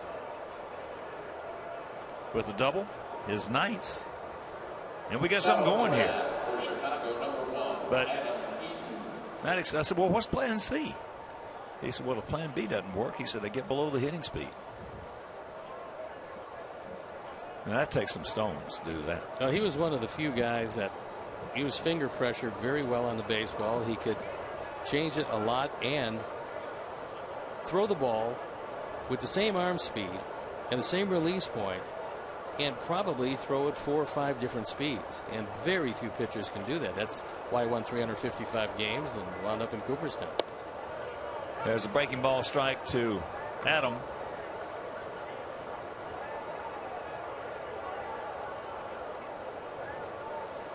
He's 1 for 3. First at bat went out to center field. Second at bat grounded out to second as the Indians have the infield in. And that's out of play. And then this is what he did in his 3rd at bat.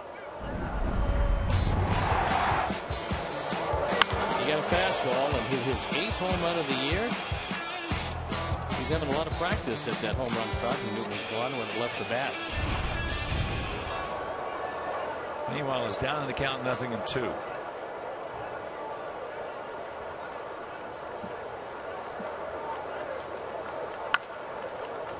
Lindor's going to hold everybody. Throw him out. 1 down. Well, the first guy I ever heard talking about finger pressure was 1961. I was at Visalia in the California State League, and Reno was the Dodgers farm team. They had a pitcher named Joe Moeller, and he was big guy. 6'4", which was big back in those days. Threw hard, great stuff. In fact, probably had the best right-handed stuff I ever saw in the minor leagues before he hurt his arm. Still pitched in the big leagues with the Dodgers for a while. But he used that finger pressure, and it was actually unbelievable. It's really difficult to do because you just aren't raised like that. You're raised holding the baseball one way and then making it move by using your wrist and using various different kind of release points, and sometimes turning it over, sometimes using 2- and 4-seam fastballs. You can make it move that way or holding it off center. But the guys who know how to use finger pressure can make the ball almost sing and dance on its way to the plate.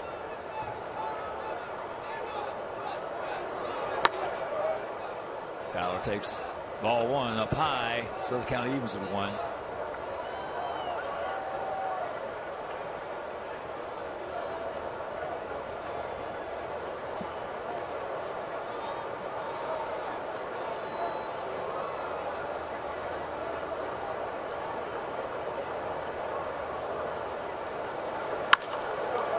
There's a little looper out there, and it's caught, but the tag, and Gio will score. And it's a 6-1 ball game. Nice play by Brandon Moss.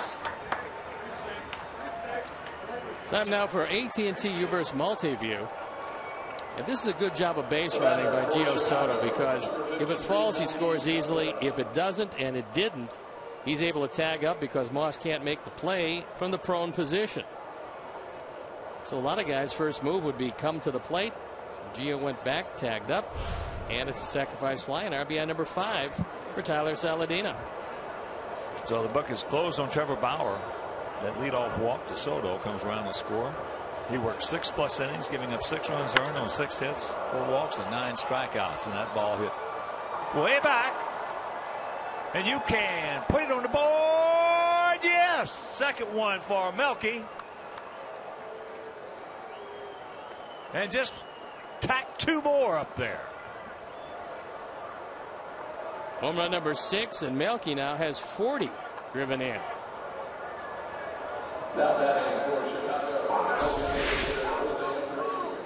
Ford home run replay. He gets a fastball, hits a line drive out of the ballpark. The 4th hit by the Sox tonight on what has proven to be a very lively park. Well, first time all year we've had 4 in a game. And it is 8-1. Here's Abreu, 1 for 3 with a run scored. He takes first pitch strike. 8-0 for us, 1-4-0 for them.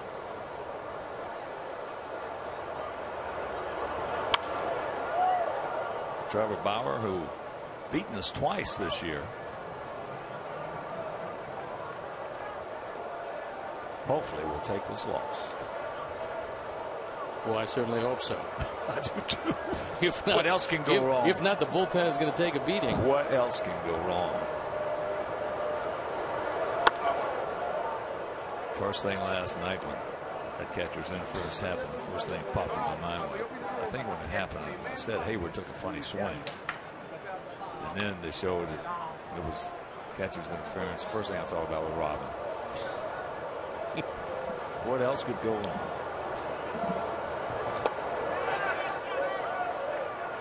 He did go, but another 3 spot goes up on that board, and it is Sox by 7.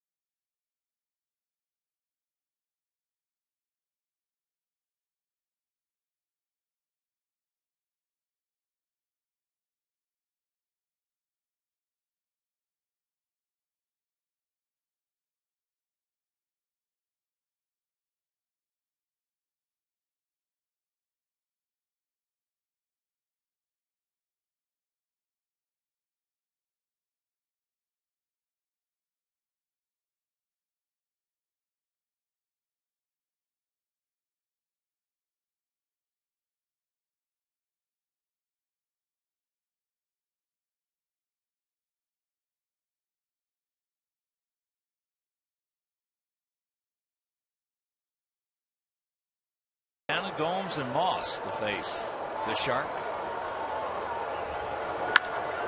He just missed that one. High and deep into center field. So 1 pitch, 1 out.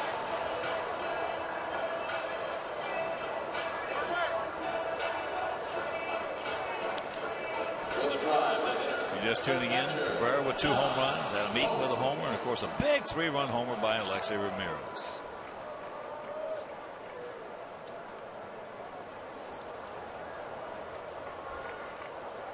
So here's Jan. Gomes struck out, called out, and popped up to Adam LaRoche. Real high pop up.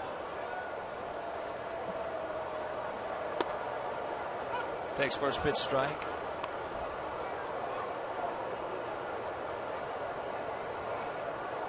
Toronto beats Oakland 5-2 with Donaldson and Martin.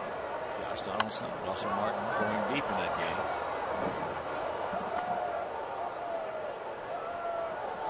Seattle in 12 beat the Tigers 3-2.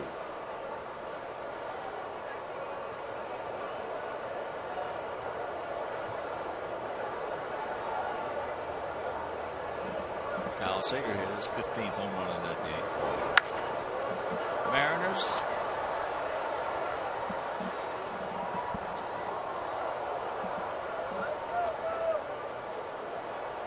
St. Louis leading Kansas City 4-2, top of the 6th. In St. Louis.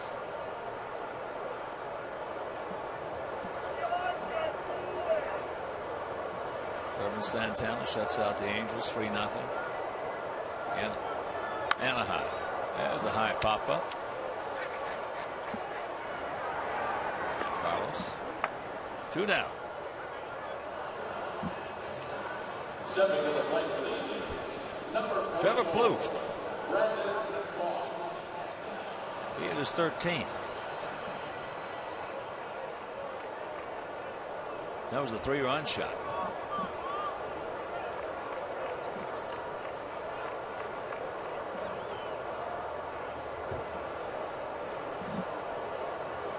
Here's Brandon Moss. He looped out to right and he went out to left.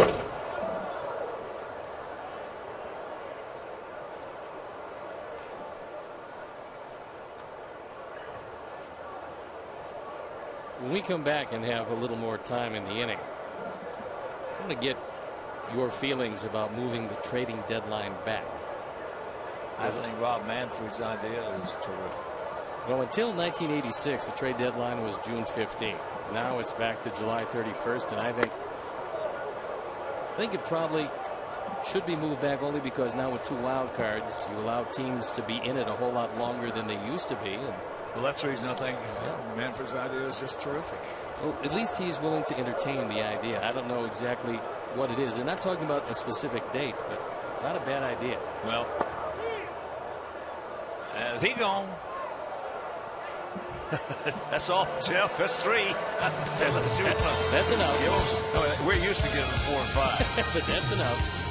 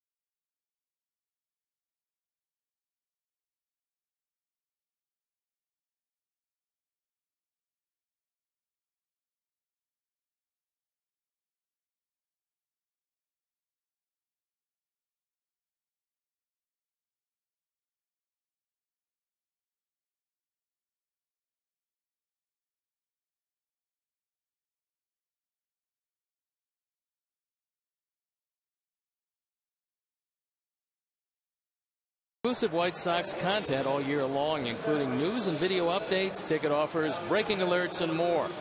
Visit whitesox.com/blacklist to register today. That's easy for me to say. And we've got Roberto Perez coming in the ball game. He's going to take over behind the plate. And Jeff Manship on for the 9th time. He doesn't have a record. He does have a fine .82 ERA, but only 11 innings of work, only 4 hits. You might remember him from his days with the Minnesota Twins.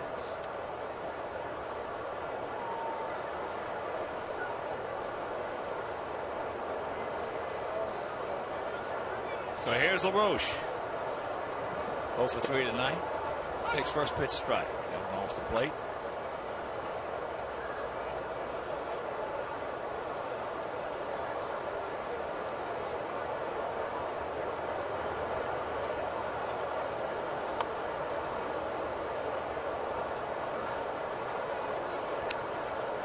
Getting back to commissioner. There have been 10 commissioners in baseball.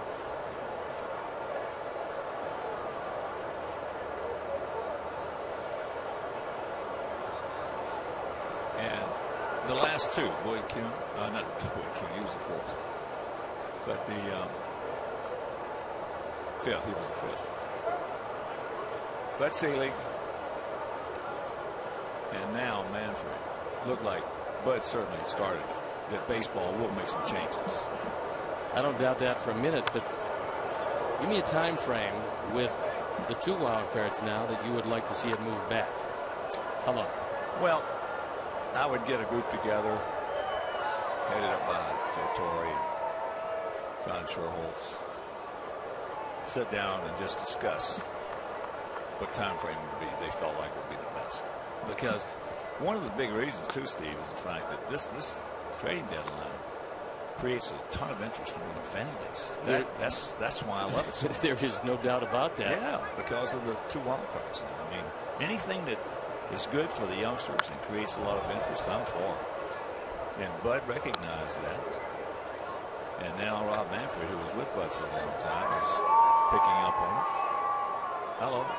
Well, I believe that they'll entertain the idea of moving it back a week.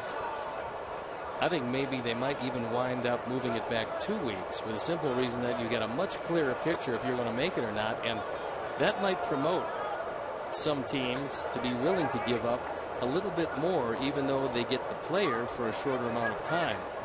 But they're going to figure out that they're not in it and then not waste a couple of their young guys in a trade and then either get eliminated in the one and done or not get to the playoffs at all. Yeah, he knew it. 1 down. Well, August 15th is not a bad date. The White Sox batter, number 26. And that'll bring up Bobby. Bobby was 1 for 3. Single and a run scored.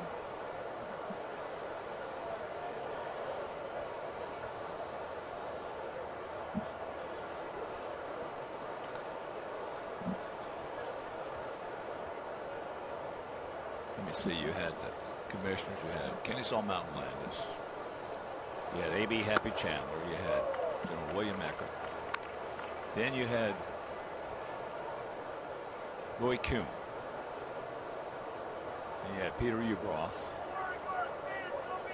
And then you had Bart Giamatti. Then you had Fay Vincent.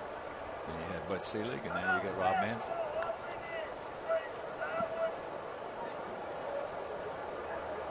Boy, that makes me old. Going through all but 2 of them. Are you sure you weren't here when Kennesaw Mountain Landis was here? When I first started, it was Fort Frick. He was commissioner. He was the 4th. Well, there are some times late in the ball game when you're coming in second where it looks like you were here during the Landis administration. Yeah, it's been a rough year for all of us. This has been without question. It's just, here's a good hustle single by Avi with a young man with a strong. With the expectations. Mr. Expectations can be a terrible thing. And we had them up there over the winter, going into spring training, coming out of spring training, and then poof, flat. Yeah, being able to win November, December, and January sometimes does not equate to a particularly decent year. Back him up. Lexi hit it sharply. Meanwhile, we'll go to the bottom of the 8th. 8-1 Sox.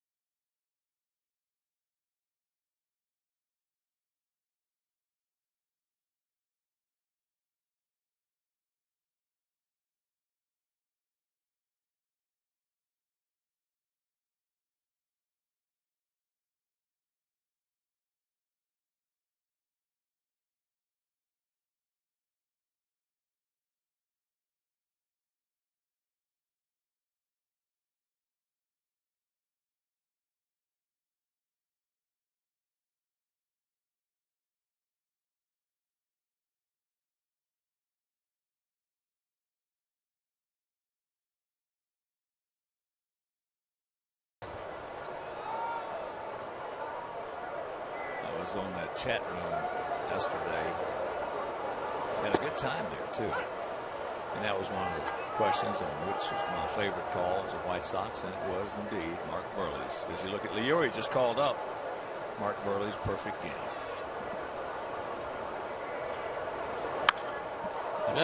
That was absolutely thrilling, and the most amazing part about it is that Wayne Wise came in for defense in the 9th inning, and he was called on to make one of the great catches under the circumstances that anybody's ever made. It's the best I've ever seen. When Kapler hit it, I didn't think he had a chance to get it. Hard to believe, number one, that he was able to go up and get it and then juggle it on the way down, bounce it around a bit, and finally secure the baseball.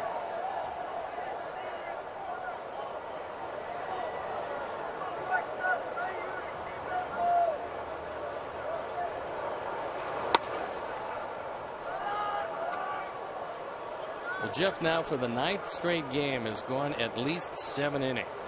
Pretty remarkable. He'll undoubtedly get to 100 pitches for the 7th straight game. So he's keeping a couple of streaks alive. Talking about streaks, we were talking about Joe Moeller last inning. In 1966, the Dodgers played 162 games, obviously. Koufax made 41 starts. Drysdale made 40 starts. Claude Osteen made 38 starts. Don Sutton made 35 starts. That was 154 of the 162. There's Alexei throws out Aviles. That left 8 starts to be made, and Joe Moeller made all 8 of them. I can't believe that the top 4 guys didn't start them all. I can't either. I mean, the culture of the game was different back in this day. 41 starts in a season. That's a lot of starts. 4 guys made 154 starts. Not to mention that they didn't ask out of the game in the 6th in those days. No. Well, actually, the saying back in those days was, we don't want any 5 and fly guys. Finish what you start was the mantra. In fact, Ty Van Berkelo was asking me today down by the cage before the game about the bullpens when I played. And I told him, I said, you know, we didn't face all the stuff coming out of the bullpen in my time frame that you guys have to face today. And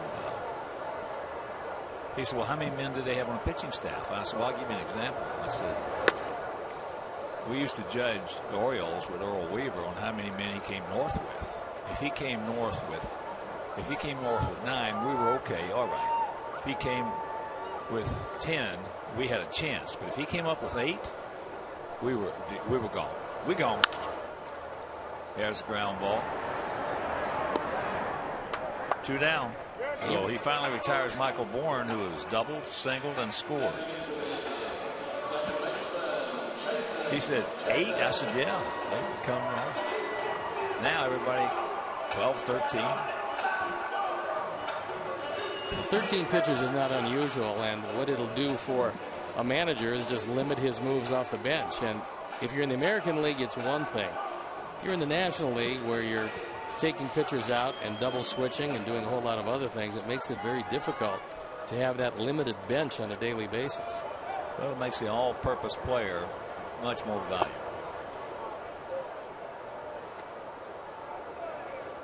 Kid we just brought up, Saladino, makes him much more valuable.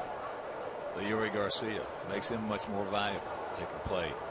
The Yuri down at Charlotte this year is having a good year, because that's in the left field. And what a nice inning, a nice easy inning for Samardzija. 1, 2, 3. He's retired the last 8 he's seen, and he leads it 8-1.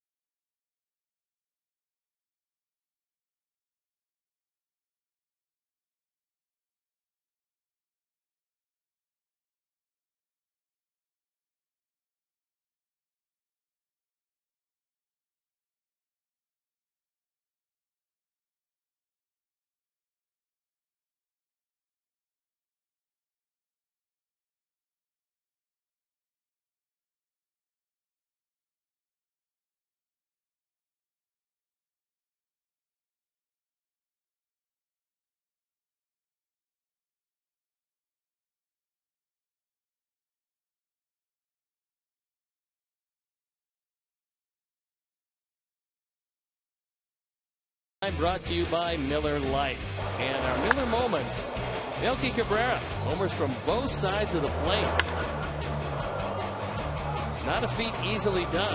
And we'll show you how long it's been since the Sox player did it the last time. It was back on June 30th of '08 as Nick Swisher against Jeremy Sowers takes it out right-handed. Then he turns around from the left side against Tom Mastny and takes it out. June 30th of 2008. Been a long time between that and Melky.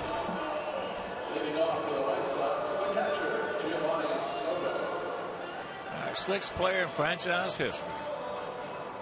And the 9th time it's been done, so it's not often that that's been accomplished by a Sox player. Mark Zipchinski comes into the ball game on for the 42nd time. He's 2-3. His ERA under 4. He's normally a left-handed specialist. This year, left-handers hitting .250. That's a little higher than they normally hit against him. And he comes in to get an inning of work.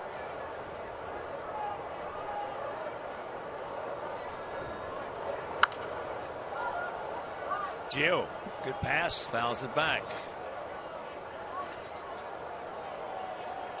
Gio for 2, but he had a big walk leading off the 7th inning when we scored 3.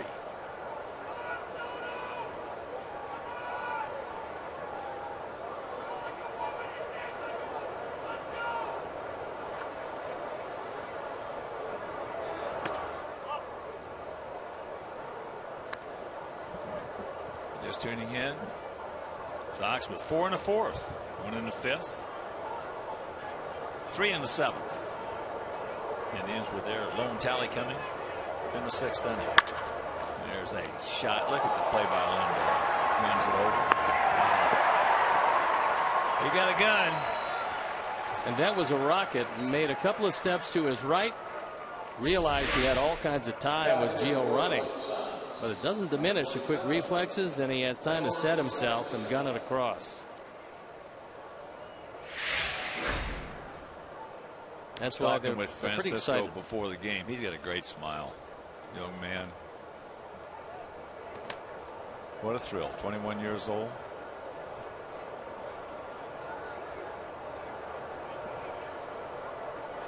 Here's Sanchez. Oh, check that. Leury making his first plate appearance. All he was doing, he was hitting .301, 15 doubles, a triple, a homer, 23 RBIs, 27 stolen bases down in Charlotte. If you're just tuning in, did not hear, Emilio Bonifacio went on the bereavement list, which means that's a minimum of 3 games and not more than 7.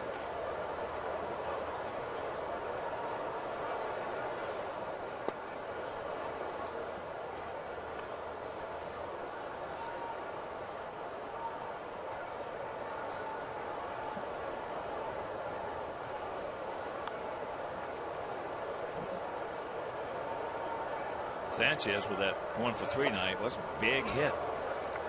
After the leadoff walk by Soto in the 7th. He had that double. Both those guys came around to score. One was a sacrifice fly by Saladino and a 2-run homer by Melky.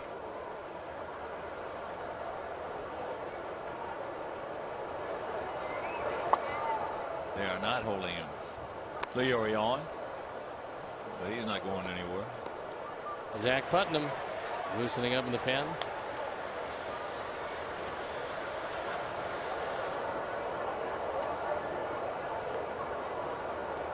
Zach hadn't been out there that much. Get him an inning. Well, I think Jeff has done a pretty good job tonight. Nice pick. Nice play by Michael Beals.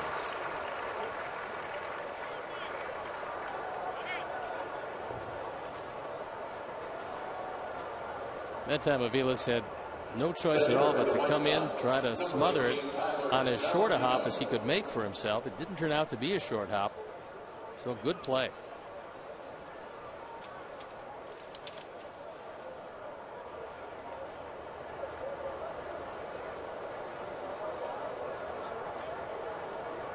Here's Tyler. Saladino 0 for 3 with that sacrifice fly, picking up his 5th RBI since being called up.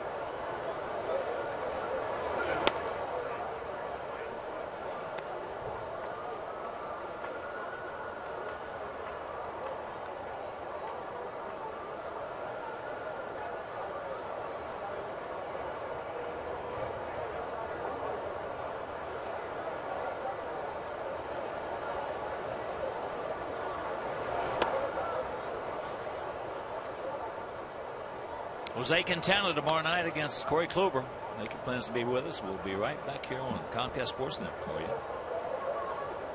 On Saturday, Chris Sale against Carlos Carrasco, and that game will be over WGN in the finale of this 4-game set on Sunday. Carlos Rodon against Danny Salazar, and that game also right back here on Comcast Sportsnet. Chopper 2 hopper. All right, that'll do it. We'll go to the bottom of the 9th. Lindor, Brantley, and Murphy, the scheduled hitters.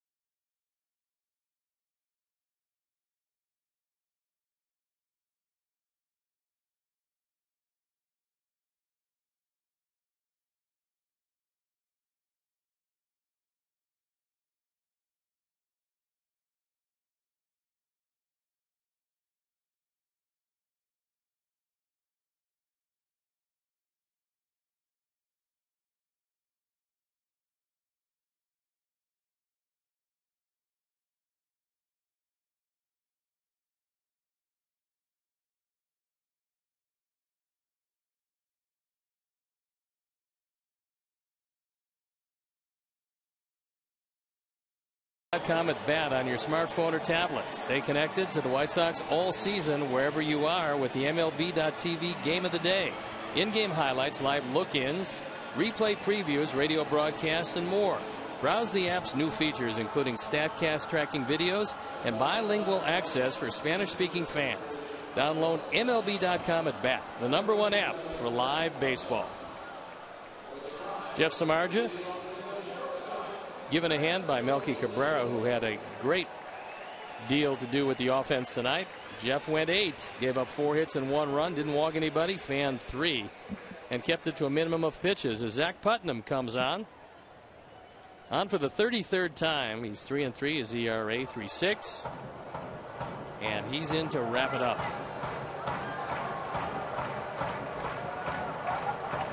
Here's the 21-year-old shortstop, Francisco Lindor. 2 for 3 with an RBI tonight. Got his average up to 256. 3 homers. 12 RBIs since being called up.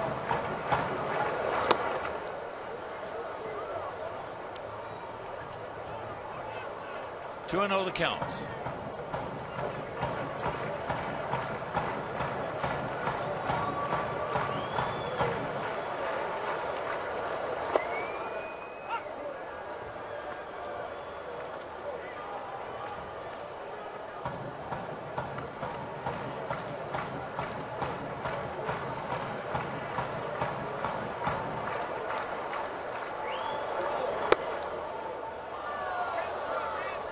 Tonight before the game, we told you that one of the keys for Jeff Samardzija would be controlling Kipnis and Brantley hitting in the 1 and 3 spots. Well, he certainly controlled them very well. Kipnis 0 for 4, Brantley 0 for 3, and that's their 2 stars. Here you go. 1 out.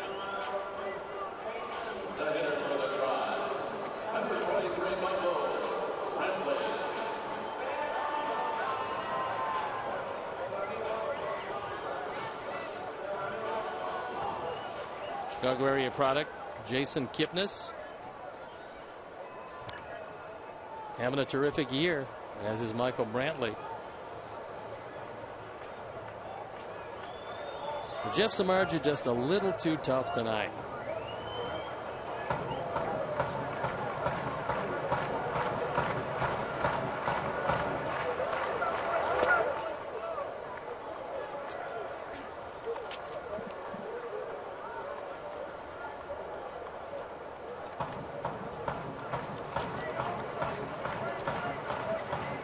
The count.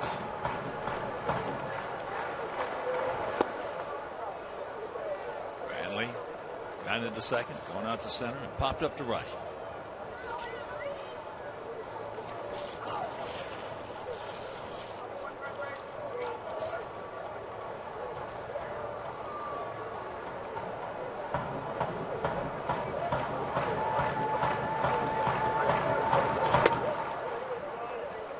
Off the plate.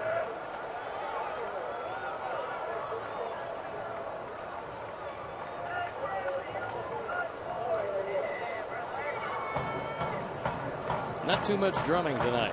There hasn't been a whole lot to drum about.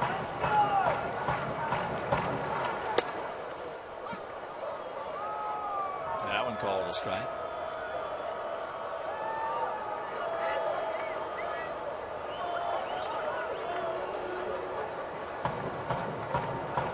Three balls and a strike.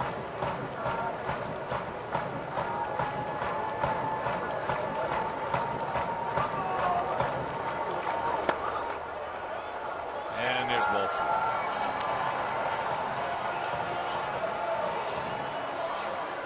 That is the first walk issued to a Cleveland hitter tonight. And here's David Murphy, DH, the cleanup hitter. He's 0 for 3. Robbed of a base hit on him. Stunning play by Alexei Ramirez.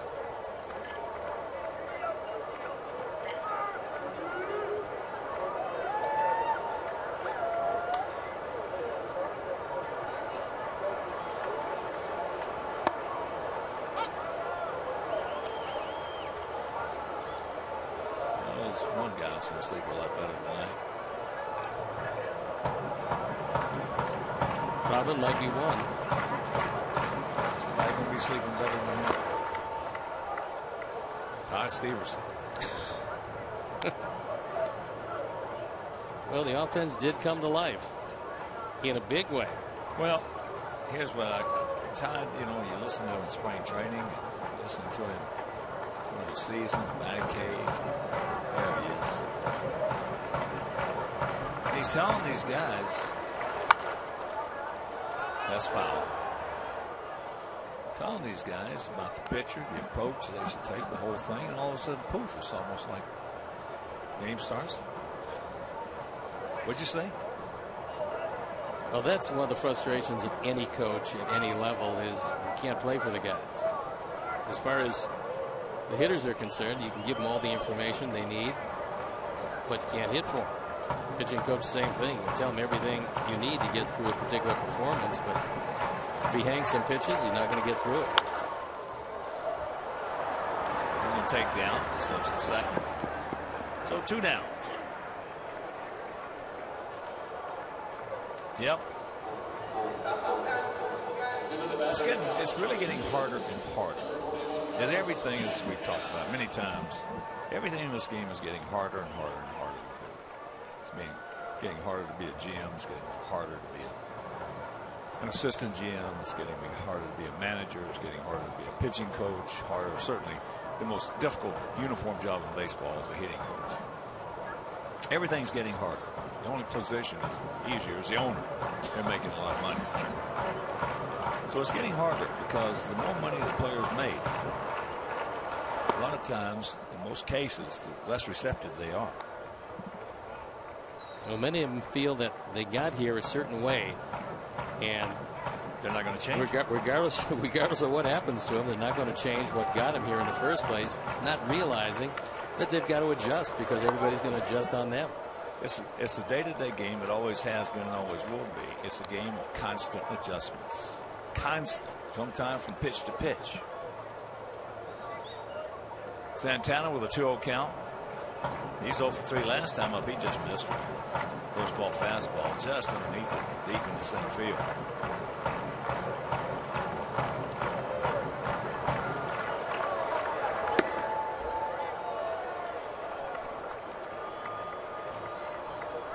The count to him with Yan Gomes on deck.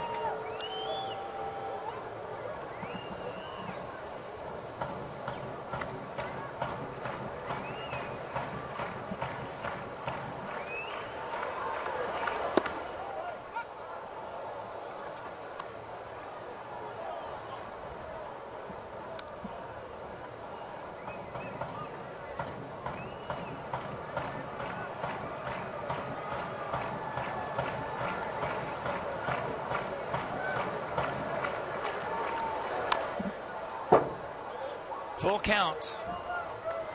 Switch hitting. Carlos Santana. Man who's made the transition from behind the plate to first base and made it well.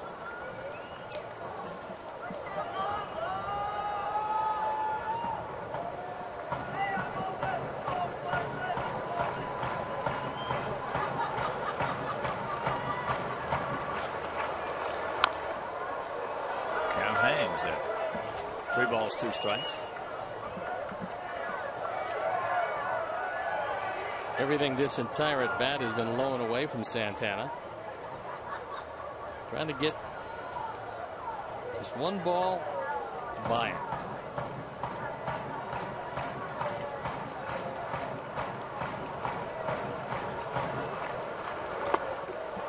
He gone, and this ball game is over. So the first of this 4-game set and the first of this 8-game road trip starts off in fine fashion, Mr. Stone.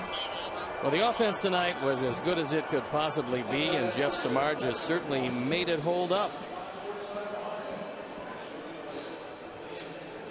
And let's check out our player of the game. He's back. He's been back, pitching well. And take a look at those numbers. 8 innings, 4 hits, just 1 earned run, no walks, 3 strikeouts, which kept his pitches to a minimum. He was strong till the end. And Zach Putnam wrapped it up. But our player of the game, Jeff Samardzija, who's run his record to 7-5. All right, so far, Stevie Stone for our producer, Mike Leary, our director, Todd Benjamin, associate producer, Dave Ross, technical manager, our fine technical manager, Mark Harper. Also for Mike Bixenstein, Dave Hammond, Mike Stahl, Steve Yoder, and for the executive producer, Jim Corno Jr. This is the Hawk. So long, everybody. Coming up next, Subaru Postgame Live with Chuck and Bill. You've been watching White Sox baseball. Yes, right here on Comcast Sports.